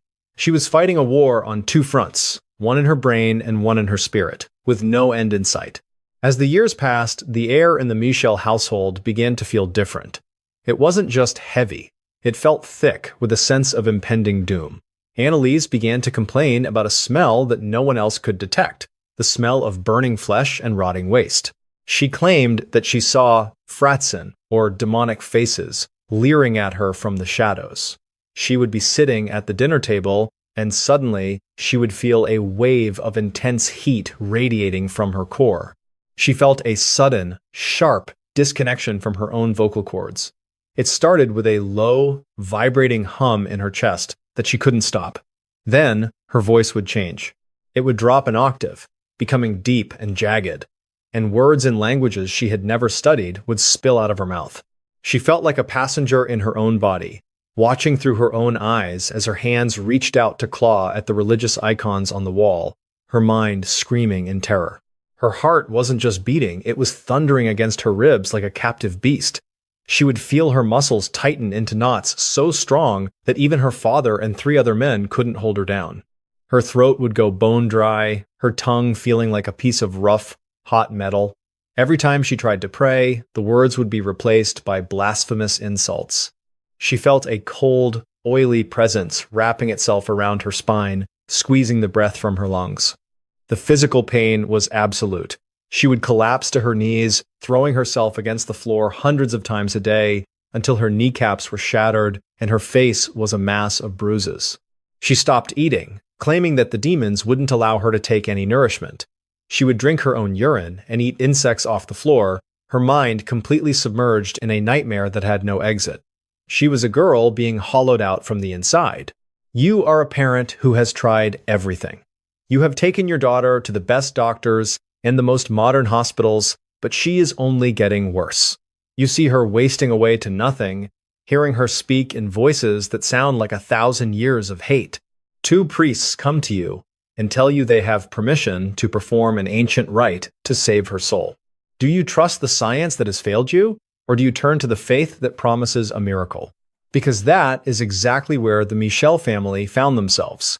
In 1975, the bishop gave permission for the great exorcism. Over the next 10 months, Annalise underwent 67 sessions of the ritual. The priests recorded these sessions on tape, capturing the terrifying sounds of the demons, identifying themselves as Lucifer, Cain, Judas Iscariot, and even Nero. These recordings are some of the most disturbing audio files in existence. In June of 1976, Annalise Michel died in her bed. She was 23 years old and weighed only 68 pounds. The cause of death was officially listed as starvation and dehydration. The case became a media circus, leading to a high-profile trial where the parents and the 2 priests were charged with negligent homicide. The court eventually found them guilty, but the sentences were light, acknowledging the deep, if misguided, faith of the family. The story of Annalise Michel remains a chilling reminder of the limits of human understanding and the power of belief to both sustain and destroy. It is a tragedy of a young life caught in the crossfire of 2 competing versions of reality. Even today, people visit her grave, wondering if she was truly possessed or just a victim of a system that didn't know how to help her. Her voice remains on those tapes, a ghostly echo of a battle that she ultimately lost.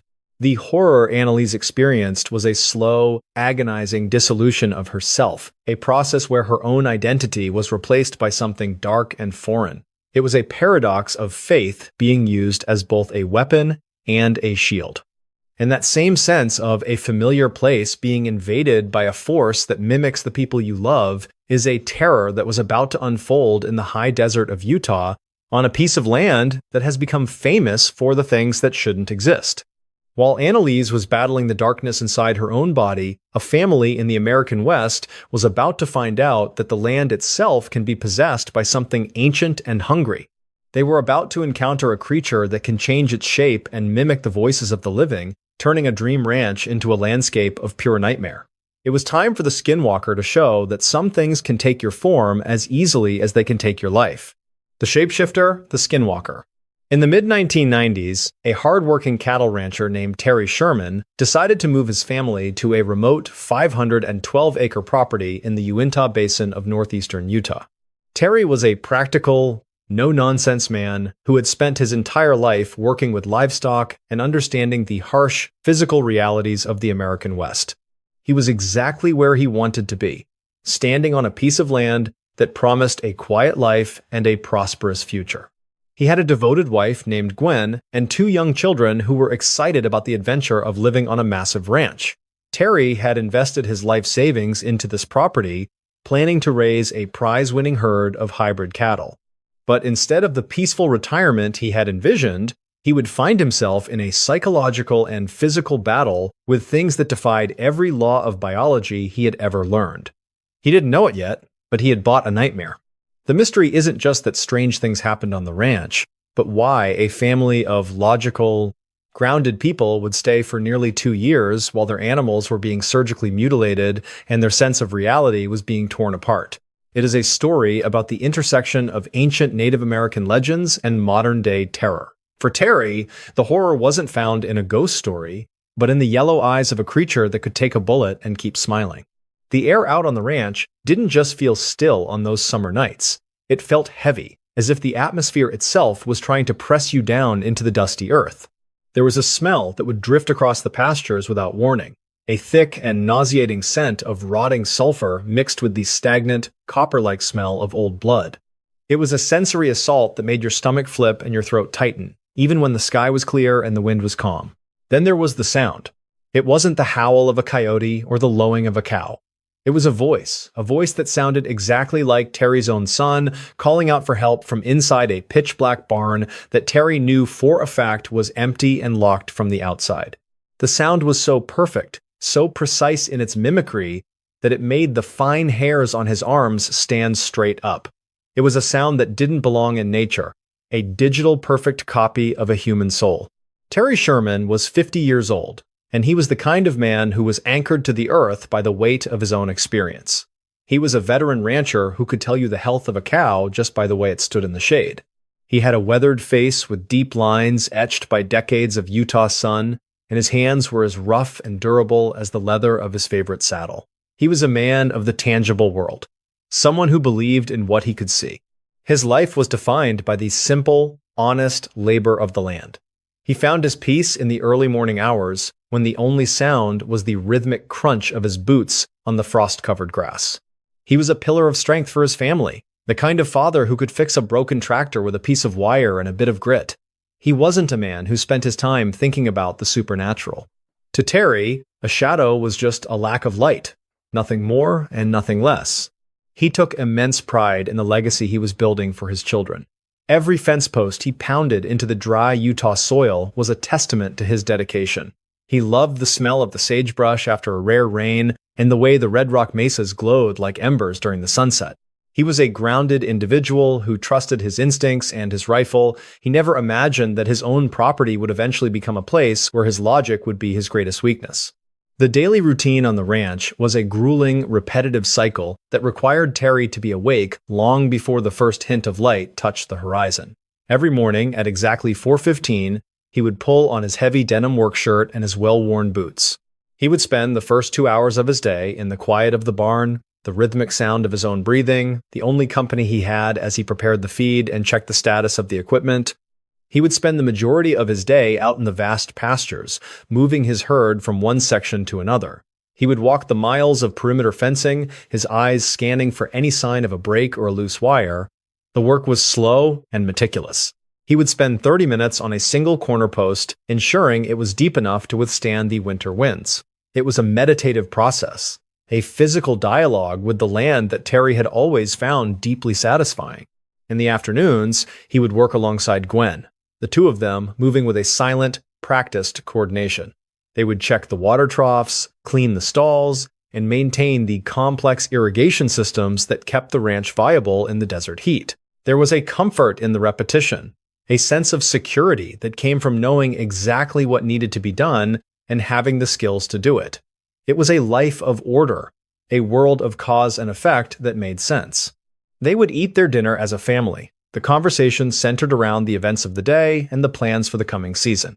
Terry would sit at the head of the table, looking at his wife and kids, feeling a profound sense of accomplishment. He would spend the final hour of his night on the porch, watching the stars and listening to the distant sounds of the desert. This was his sanctuary, a 500-acre world of safety and routine that felt absolutely unbreakable. The first sign that something was fundamentally wrong with the property appeared during a routine check of the back pasture. Terry was looking for a missing calf when he realized that the entire landscape had gone silent. The birds had stopped singing, and even the constant hum of the wind seemed to have vanished. Then, he found her. A prize-winning heifer was lying in the middle of a clearing, her body opened with a precision that was impossible for a predator. The animal had been hollowed out, but there wasn't a single drop of blood on the grass or on the cow's hide. Terry knelt in the dust, his mind racing to find a logical explanation. He looked for tire tracks or footprints, but there was nothing. It was as if the animal had been lifted into the air, processed by a master surgeon, and then placed back down without disturbing a single blade of grass. It was a cold, clinical violation of the natural order of his ranch. Then, the sightings began. Terry was driving his truck across a ridge late one night when his headlights caught something in the distance. It was a wolf, but it was massive, nearly 3 times the size of any wolf Terry had ever seen in the wild. It stood nearly 4 feet at the shoulder and was covered in thick, matted, gray fur. It wasn't running away. Instead, it was walking slowly toward the fence line, its yellow eyes reflecting the light with a terrifying intelligence. Terry's heart wasn't just beating, it was slamming against his ribs like a trapped bird in a cage. He reached for his Magnum rifle, his fingers fumbling with the lock as his brain tried to make sense of the size of the animal in front of him. He felt a sudden, sharp chill in the pit of his stomach that made his hands go numb. The wolf didn't snarl or growl, it just stopped at the fence and looked at him, its expression almost like a human smile of pure, cold mockery. He raised the rifle and fired a round directly into the creature's chest. He saw the fur puff out from the impact, a clear hit. But the wolf didn't fall. It didn't even flinch. Terry fired again, and then a third time, each shot hitting the massive beast with enough force to kill a grizzly bear. The wolf just stood there, staring at him. Then, with a slow and deliberate motion, it turned around and began to walk away into the darkness, leaving no blood trail behind it. His throat went bone dry, and he tried to swallow but couldn't. He could feel a cold sweat breaking out across his forehead, despite the warmth of the truck's cabin. The silence following the gunshots was even more terrifying than the animal itself. He felt a deep, primitive dread that bypassed his logic and spoke directly to his soul. He realized in that moment that his rifle, the ultimate symbol of his protection, was completely useless against whatever this thing was.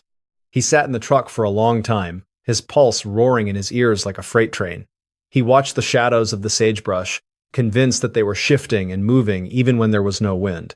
Every sound, from the creak of the truck's frame to the distant hoot of an owl, made him jump. He felt like a passenger in his own life, a small and insignificant target in a landscape that had suddenly become hostile and alien. He was no longer the master of this land. You are a man who has always been able to handle himself. You have faced down angry bulls and survived blizzards.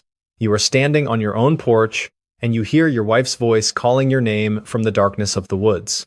She sounds distressed, and every instinct tells you to run to her. But then you look through the window and see her sitting in the kitchen, reading a book. Do you trust your ears? Or do you trust your eyes? What do you do? Because as Terry would soon learn from the local Ute tribe, the land he had bought was cursed. They called it the Path of the Skinwalker.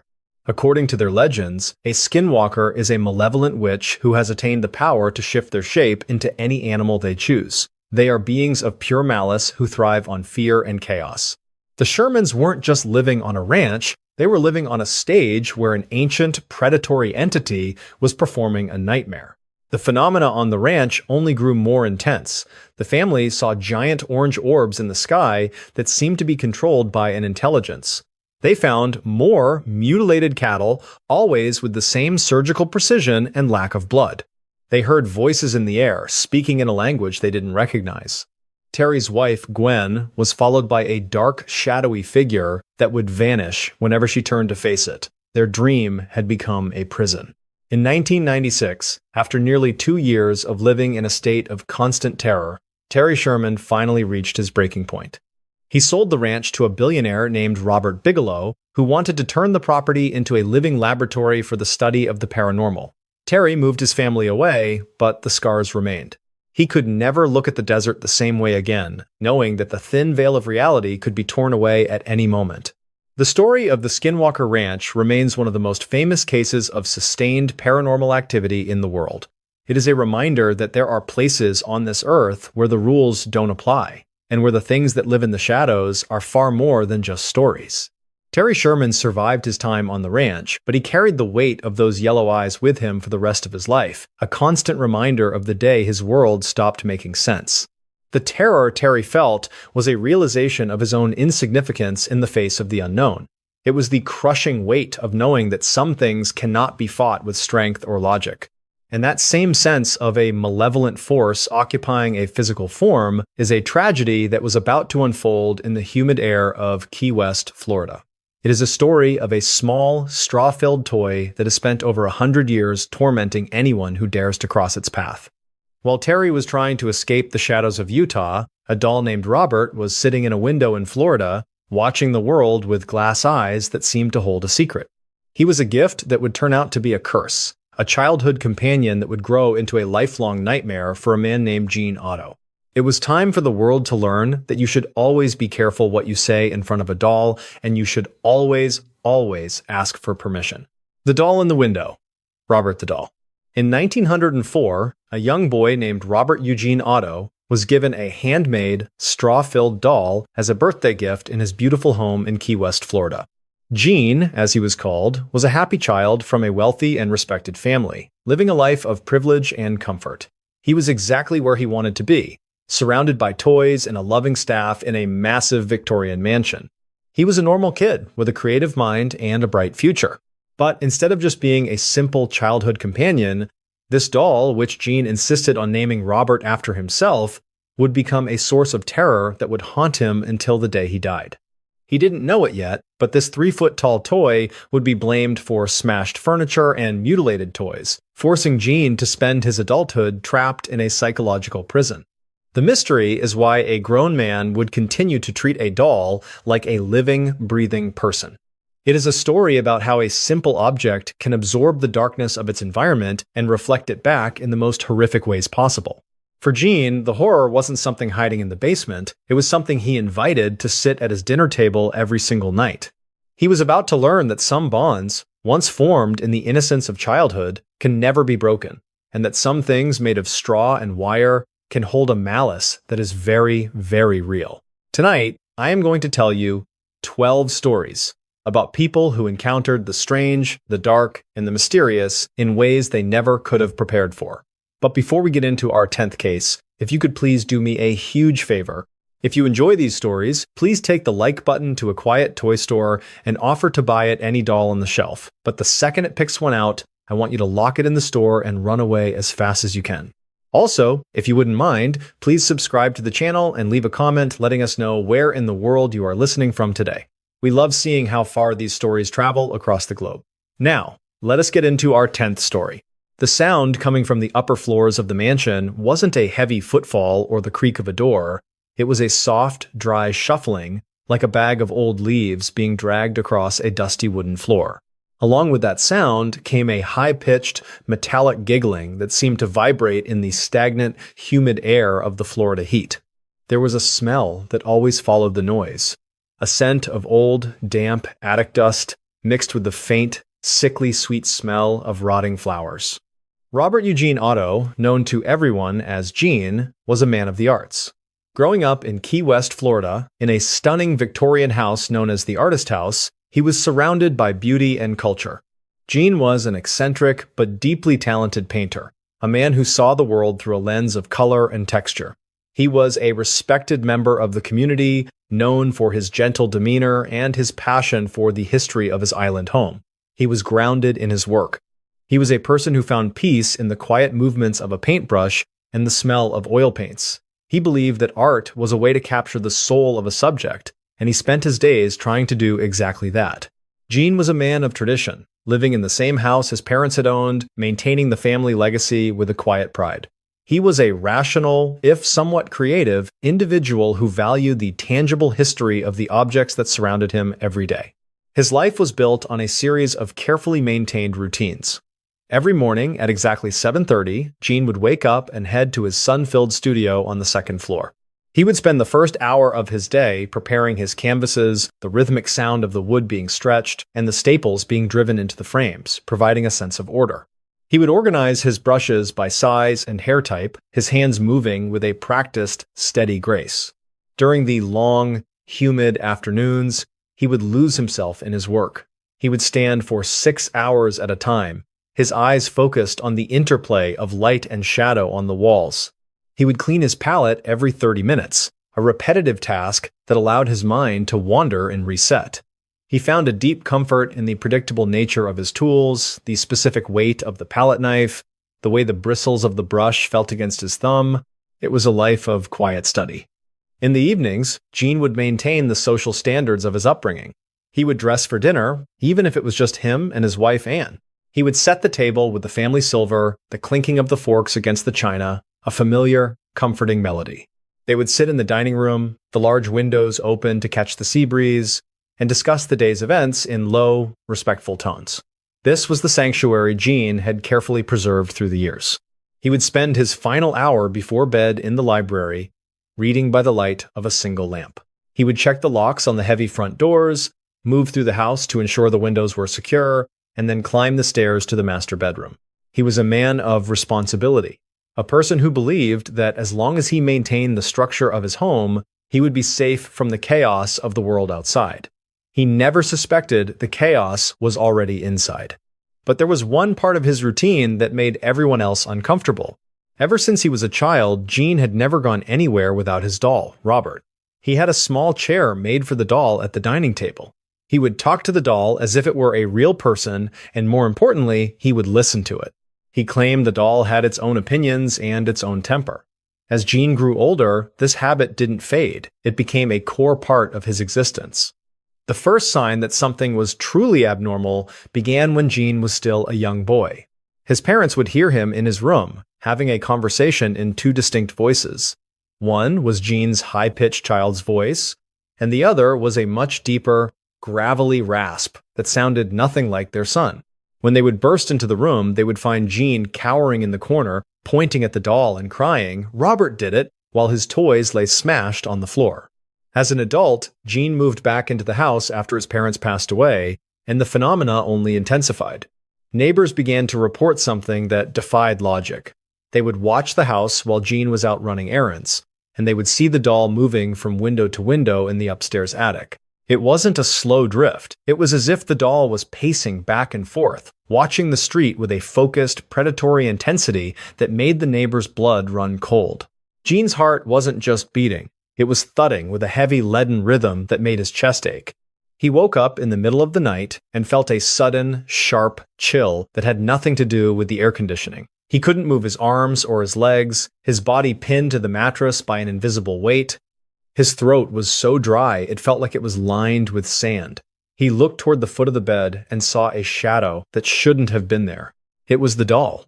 Robert was sitting on the edge of the bed, his head tilted at an unnatural angle, his glass eyes reflecting the dim moonlight in a way that looked like a spark of life. Gene tried to call out to his wife, but his voice was a weak, useless rasp. He felt a sudden, cold pressure on his ankles, like small, stiff hands were gripping his skin. The air in the room became so thick with the smell of old dust that he found it nearly impossible to draw a full breath. He could hear a low, rhythmic sound coming from the doll, not a voice, but a sound like a tiny heart beating inside a chest made of straw. The room seemed to stretch and distort around him, the walls leaning in as if they were trying to crush him. He felt a deep, primitive terror that bypassed his artistic mind and spoke directly to his survival instincts. He was a prisoner in his own bedroom, at the mercy of a 3-foot-tall toy that he had loved since he was a child. His mind was a whirlwind of confusion and guilt. He felt an overwhelming urge to apologize, to tell the doll he was sorry for leaving it alone in the attic for so long. This thought felt forced, as if it were being pushed into his brain by an outside force.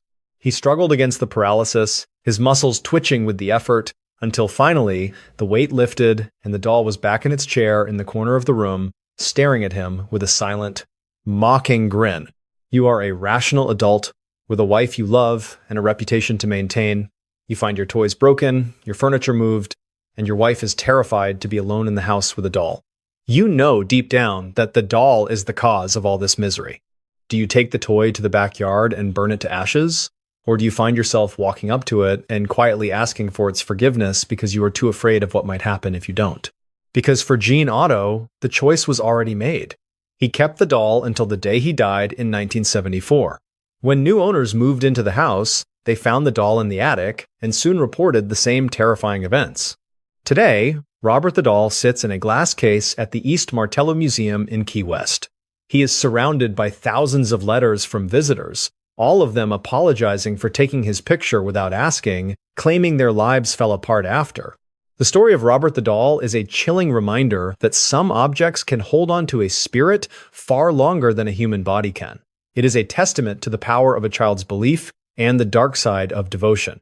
Robert remains a fixture of Key West, a silent observer of the tourists who come to mock him, only to find themselves writing desperate letters of apology a week later. He is a piece of history that refuses to stay in the past, a toy that still demands respect.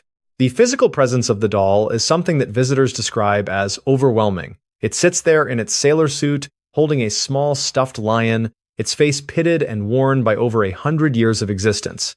People claim they can see its expression change from a neutral stare to a look of pure, focused malice if they stay too long. The museum staff has to rotate the doll's position every day, and they report finding small, straw-filled footprints on the floor. The fear that Robert inspires is a specific kind of psychological dread, the realization that you are being judged by something that shouldn't be capable of judgment. It is the same feeling of a home being occupied by a force that you cannot see but can definitely feel. And that same sense of a household being dismantled by a malevolent presence is a nightmare that was about to take a much more violent and famous form on the other side of the country, on Long Island. While Robert was sitting in his glass case in Florida, a young family was about to move into a beautiful colonial home in New York, thinking they had found the perfect place to start their lives. They were about to learn that some houses have memories of blood that never wash away, and that 28 days is all it takes to break a human being completely. It was time for the world to hear the story of the house at Amityville, where the walls itself began to bleed. Story 11. The House That Bled, Amityville Horror. In the winter of 1975, a 28-year-old man named George Lutz was standing in front of a beautiful colonial house on Ocean Avenue in Amityville, New York. George was a land surveyor, a man of precision and practical measurements, who dealt in hard facts and legal boundaries. He was a newlywed, looking to build a stable life for his wife Kathy and her 3 children. He was exactly where he wanted to be, holding the keys to a dream home. He had a thriving business, a beautiful family, and a bright future in one of the most prestigious neighborhoods on Long Island. But instead of settling into a life of suburban bliss, George would find himself fleeing that same house just 28 days later, leaving every single possession he owned behind in the middle of the night. The mystery is why a man who spent his life measuring the physical world would be driven to the brink of insanity by things he could not see. The mystery isn't just that the house was the site of a mass murder a year before, but why a logical man thought he could handle the shadows that lived within those walls. It is a story about how a dream can turn into a living, breathing parasite that feeds on the souls of the people inside. For George, the horror wasn't found in the history of the house, but in the realization that some places are alive with a malice that no amount of prayer or logic can ever truly silence. The sound wasn't a thump or a scream, but a low, vibrating hum that seemed to come from thousands of tiny, vibrating wings. It was the sound of a swarm of black flies, thick and aggressive, congregating in the middle of a sewing room that was closed and locked against the December chill. Along with that sound came a smell that was so thick it felt like it had weight, a cloying, sweet stench of rotting perfume mixed with the metallic tang of dried blood in the air. George Lutz was a man who lived by the rule and the compass. As the owner of a land surveying business, his entire career was built on the idea that the world could be mapped and understood. He was a tall, athletic man with a thick beard and a quiet confidence that made people trust him. He was a pragmatist who didn't have a single superstitious bone in his body. He was the anchor for his new family, the person they all looked to for strength and for stability. The move into 112 Ocean Avenue was a logistical masterpiece. George spent days coordinating the trucks, the boxes, and the placement of every piece of furniture. He would stand in the center of the living room, his clipboard in hand, checking off items as they were carried through the front door. He would spend hours in the garage, organizing his tools on a pegboard, his hands moving with the steady rhythm of a man who found a deep peace and order. During the first week, the routine was filled with the happy chaos of a growing family. George would wake up early and make a massive pot of coffee, the smell of the roasted beans filling the high-ceilinged kitchen. He would spend the mornings helping Kathy unpack the china, the sound of the newspaper being crumpled, and the clinking of the plates, a domestic melody. They would laugh about where to hang the family portraits, debating the exact height of the nails. In the afternoons, the kids would explore the massive yard that led down to the boathouse. George would watch them from the back porch, a sense of deep satisfaction warming his chest. He would spend his time fixing small things, a leaky faucet in the downstairs bathroom, a squeaky hinge on the front door, a loose floorboard in the hallway. He would spend 30 minutes sanding down the edge of a drawer just to make sure it slid perfectly. It was a life of slow progress. Every evening, the family would gather for a meal around the large mahogany table. The air would be filled with the scent of spaghetti sauce and fresh bread.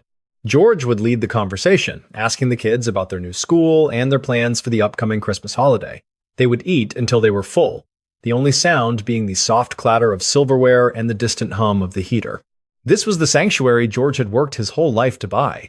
He would spend his time meticulously caring for the lawn, even in the cold, raking the stray leaves and ensuring the walkways were clear of debris. He found a meditative quality in the repetitive motion of the rake, the sound of the dry leaves skittering across the pavement, a soothing backdrop to his thoughts. He would adjust the outdoor lighting, ensuring every corner of the property was visible from the windows.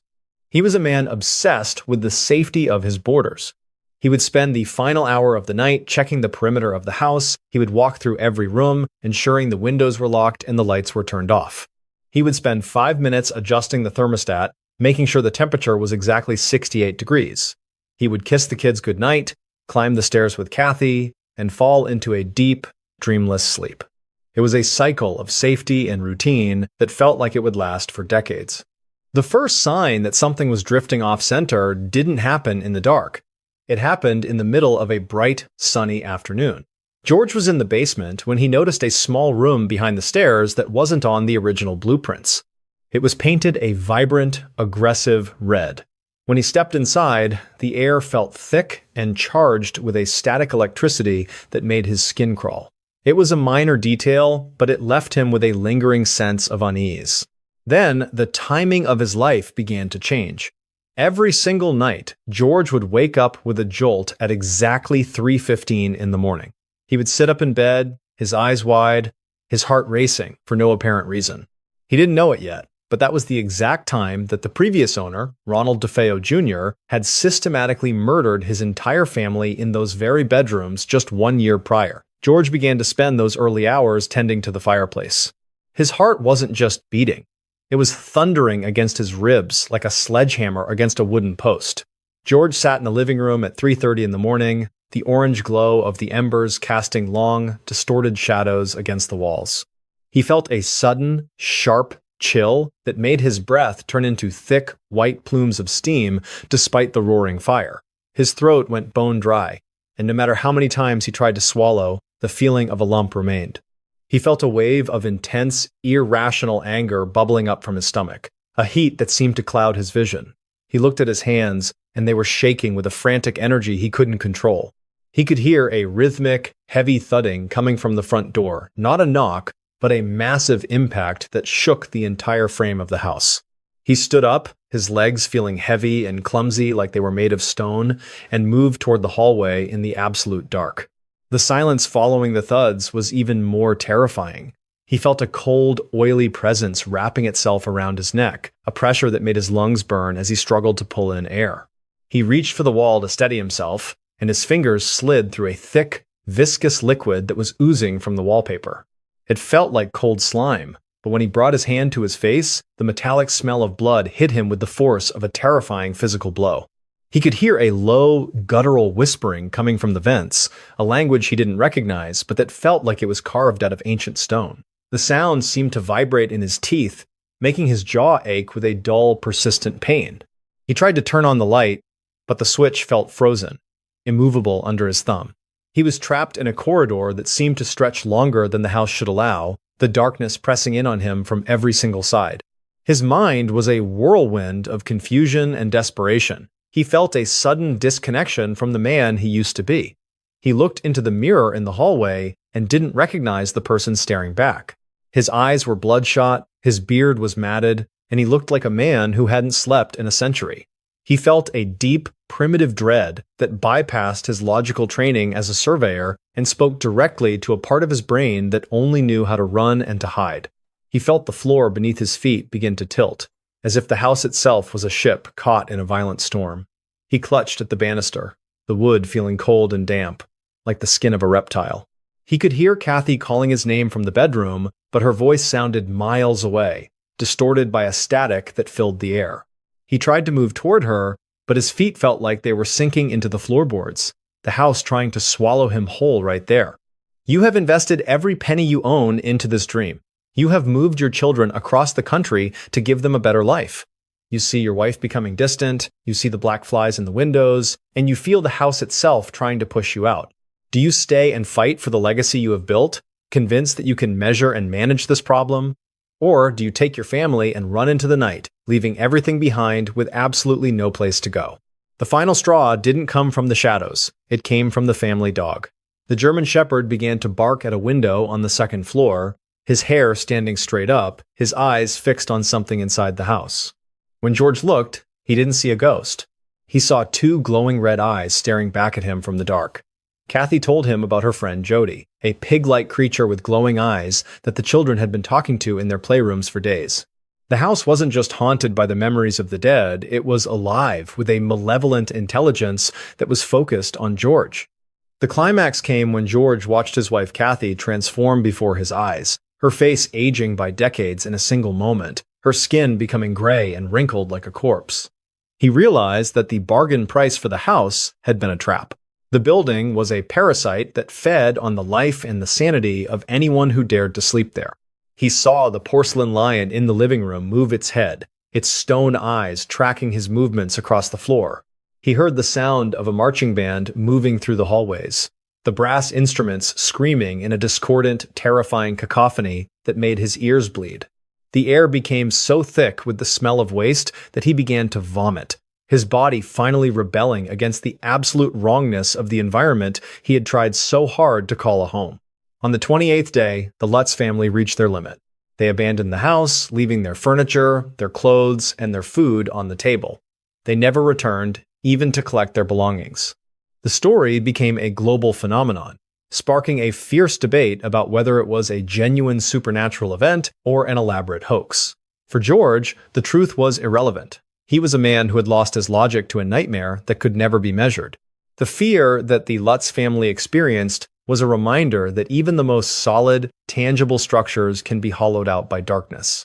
It was the realization that some horrors don't just stay in the past, they bleed into the present, changing the way we look at our own homes. And that same sense of a modern environment being invaded by a terrifying, inexplicable force is a myth that has transitioned from the real world into the digital age, born on the internet. While the Amityville house was a physical prison, the next story involves a creature that was created by the collective fear of the modern world. It is a tall, faceless figure that lurks in the background of photographs and draws children into the woods for a horrific purpose.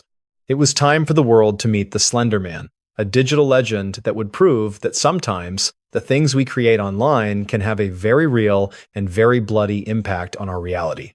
Story 12: The Faceless Man, Slender Man.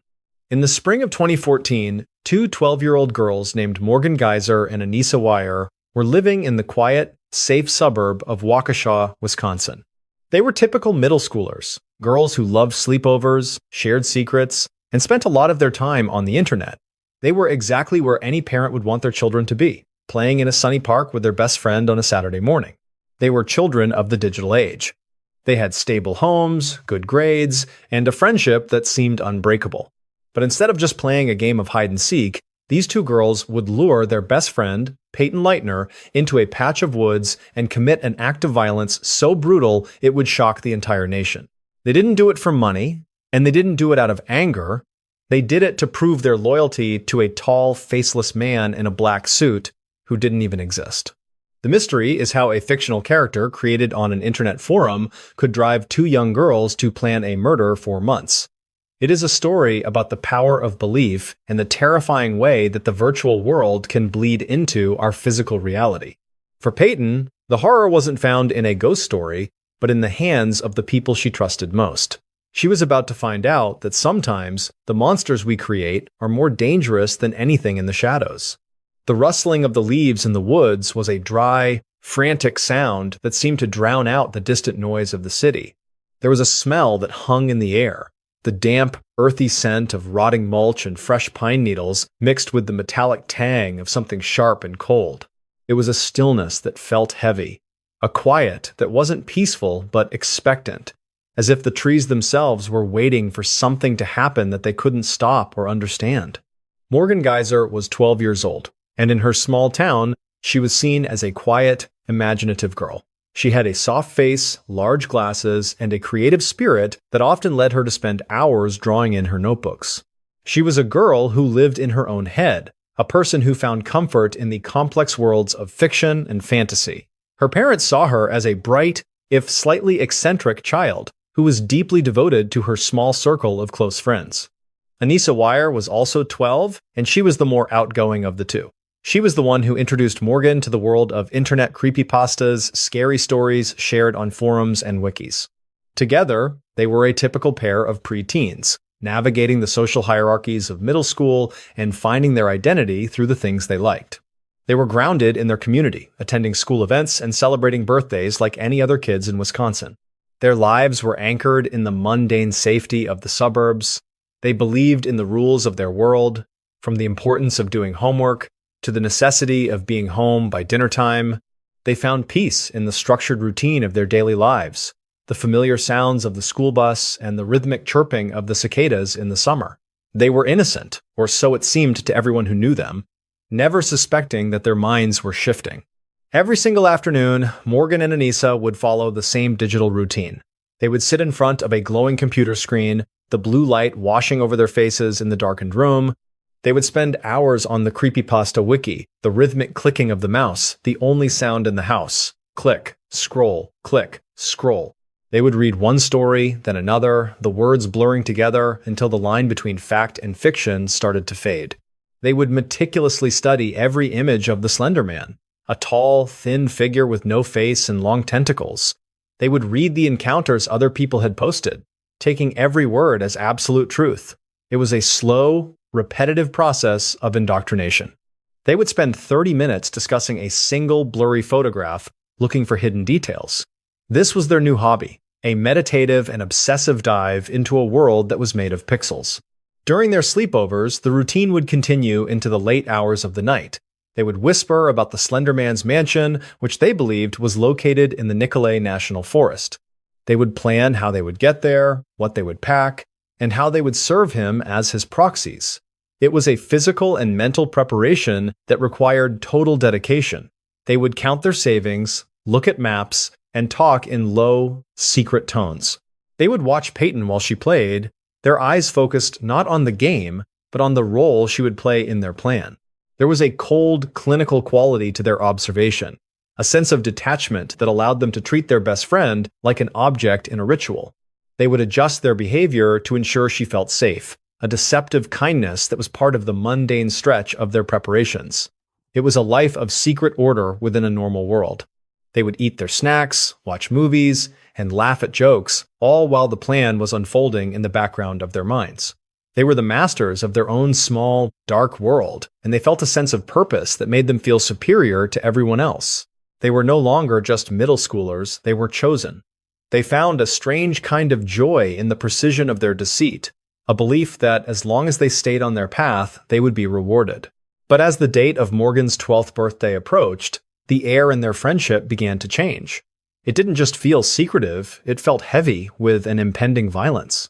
Morgan began to carry a kitchen knife in her backpack, the weight of the steel a constant reminder of the task ahead. She would draw the Slender Man on her school papers, his faceless head appearing in the margins of her math homework. The shift was subtle, but it was absolute and irreversible. She felt a sudden, sharp disconnection from the reality of her actions. She would look at the knife and see it as a tool, a key to a new life in the mansion. She would look at Peyton and see a sacrifice. Her heart wasn't just beating, it was thumping with a rhythmic, cold energy that made her hands feel steady and her mind feel clear. She felt like a passenger in her own life, a puppet being moved by the invisible strings of the tall man she worshipped. The physical sensation of the plan coming to fruition was overwhelming. On the morning of May 31st, 2014, as they walked into David's Park, Morgan felt a wave of intense heat radiating from her chest. Her throat went bone dry, and her tongue felt heavy in her mouth. She could hear her own pulse roaring in her ears like a freight train. Every sound, from the chirping of the birds to the laughter of the other kids, felt distant and insignificant. They led Peyton deep into the woods, under the guise of playing hide-and-seek. Peyton, trusting her friends, followed them without a second thought. Morgan felt the weight of the knife against her leg, the cold metal a comfort in the humid air. She looked at Anissa, and they shared a silent, knowing look. The woods seemed to close in around them, the trees forming a green and brown corridor that led away from the safety of the playground and the world of adults. You are standing in the middle of a beautiful forest on a sunny morning. You are 12 years old, and you are with your two best friends. You think you are playing a game. Then, one of them tells you to lie down on the ground and stay still. You laugh, thinking it's part of the fun, but then you see the look in their eyes. It's not a look of friendship. It's a look of cold, focused determination. Do you stay on the ground, or do you run while you still have the chance? Because for Peyton, there was no chance to run. Morgan lunged at her, and over the next few minutes, she stabbed her friend 19 times in the arms, legs, and torso. One of the wounds missed her heart by less than a millimeter. Anissa stood by, watching and encouraging her friend. They told Peyton they were going to get help, but instead, they walked away, leaving her to bleed out in the dirt. They were heading for the forest, looking for the mansion. The bizarre reveal came when the police finally caught up with Morgan and Anissa walking along a highway hours later. When asked why they did it, they didn't show remorse. They calmly explained that they had to kill Peyton to become proxies for the Slender Man. They believed that if they didn't do it, he would kill their families. It was a logic that made perfect sense to them, a reality built entirely on stories they had read on the internet. Peyton Leitner miraculously survived. She managed to crawl out of the woods and onto a bike path where a passerby found her. She underwent multiple surgeries and has since rebuilt her life, showing an incredible amount of strength and resilience. Morgan and Anissa were both found not guilty by reason of mental disease or defect. They were sentenced to decades in state mental health facilities, where they remain, to this day, victims of their own delusions. The story of the Slender Man stabbing is a chilling reminder of how the things we create can take on a life of their own. It is a testament to the fact that horror isn't always found in the supernatural, but in the ways we process the information we find in the modern world. The Faceless Man remains an internet myth, but the scars he left on the lives of those three girls are very real and will never fully disappear. He is a monster made of belief and blood. The terror that Peyton felt that morning was a betrayal of the highest order, a moment where the people she loved turned into the monsters she feared. It was a realization that the world is far more dangerous than any story. And that brings us to the end of our journey through these 12 stories of the strange, the dark, and the mysterious. And that is going to do it for today's story. Once again, thank you so much for your time and for sticking around until the very end. Your presence, your comments, and your shares are what truly drive me to keep digging deep into these unsolved mysteries. If you found this story compelling or maybe just a little too haunting, let me know your thoughts in the comments below. Until next time, stay safe, keep an eye out for anything out of the ordinary, and I'll see you in the next one. Take care.